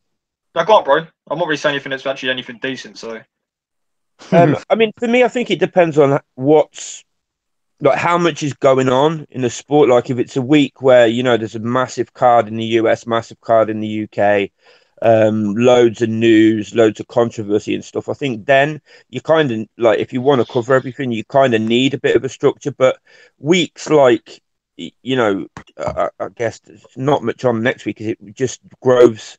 Smith, yeah. I mean, we only did it once a week as well. So like in that one show, we had to cover everything from like the week just passed and like what was coming up and stuff. So I guess that's another reason you guys do it more often. So there's no point doing a structure on like, I'm bad for it. Everybody's bad for it. There's no point doing structure on a show because everyone will have background noise. Everyone interrupts no matter what you say. You can tell people to do it one at a time. We all interrupt each other. And then you have people like Boxing Styles who like all of a sudden just change the subject. Hey guys, what do you think about Holyfield Tyson 2? It's like, what the hell? Where is that coming from? Yeah, that guy, man. Yeah, that guy. I'm not gonna say. Anyways, maybe I should end the show now. I like him. Yeah, he's a Nobody asked for your opinion, John. When it comes to boxing, he's Jesus, he's got so much hate. Like, no, he hates Canelo, man. Yeah. All right, guys, I'm going to end the show. We're going to do another one tomorrow. Mr. BDA will be hosting, so that's better for me. He's finished doing his cocaine. Yeah, probably. All right, guys. You can bounce off if you want. Thank you for coming. And we'll see you tomorrow. We'll be discussing Callum Smith against George Groves for the World Boxing. Yeah, we're going to be discussing that. So get your questions ready, get your points ready, get your predictions ready. We'll be discussing that tomorrow. So, Abstract. What time's the shows on tomorrow? Like the one on here and the second Renaissance? Oh, right. Tomorrow's going to be late for you guys. Oh, it's going to be like... What time? 7 p.m. here, so that means... I mean midnight. That's not too bad. That's not bad. That's all right for me. I'm a night owl anyway. So same, man. I'm up until like 3 o'clock every morning. Yeah, me too. I wish I wasn't like. I'd rather get back into a normal fucking routine, but I just am. Like, yeah, but even if I've got to be out, the thing is, I can operate on 3-4 hours sleep the next day. Yeah, because the thing is, I produce music. I produce music for a living now, and most of like my bread and butter is like local lads that like rappers that just want demos done or want to do mixtapes and stuff, and they all want to fucking work till stupid o'clock. So when you're getting paid, you just kind of have to go with the flow. It puts you in one of them fucking, you know, like your body clock and that. I suppose you can't sleep when you ain't doing anything. When is the Abstract Boxing mixtape coming out? I'll play the guitar. I'll play the guitar, man. Say again. I'll play the guitar. I want my own guitar. I play guitar as well. Girls love that. Let me tell you that. All right, well, I'll play violin. I know this is way off topic and like we're still live and whatnot, but I was thinking of doing some kind of podcast like to do with stuff like that, like different stuff and whatnot on my channel. If anybody's interested in getting involved. Yeah, man, I'm always interested in talking different stuff. I've just got my channel up and going again, bro. What's your? Is it in the link? Is it in the thingy here in the description? Your channel. It used to be. I don't know if it still is now. So what's your channel now? I always put your channels in the description. I've got quite a lot. I've got a few hundred subscribers, so it should come up. Well, right, cool. I'll look for you. Everybody in the chat. Check the description. I always or usually post everybody's channel there. I've got interviews on there still from Donaire, Eubank Jr. I didn't interview Eubank Jr. That should be up. I saw the Donaire one. Yeah, but that was a long time ago. Yeah. I've got a few videos of mine as well. Like, I haven't done one for a while. Like that. That interview with Donaire was the night before he fought Juarez. The title. He was in the restaurant. That was about half an hour I did within that interview. Alright guys, I'll see you tomorrow. Make sure you show up. If you want to discuss the Saturday fight. So, alright, see you guys. Take care. In the chat, everybody, thank you for coming. Don't forget to check out the Amazon affiliate link. If you ever want to buy something online, if you want to buy something on Amazon.com, use our affiliate link, so everything you like, we always get a commission from everything you buy. You don't have to pay extra, and you're actually helping out BDA Boxing. I want to thank the Patreon subscribers, all the super chatters. I actually put the names on top. You can see the recent super chatters who donated, and also you can see all the Patreon subscribers. So thank you very much. And I've been talking to BDA. We're trying to get the call-in show. How to set? I don't know. We're trying to see how do we set everything up. That should be interesting because we're gonna get crazy callers. So it's gonna be fucking funny as hell. All right, guys. Thank you for coming, and we'll see you tomorrow to discuss Smith against Groves. Take care, guys.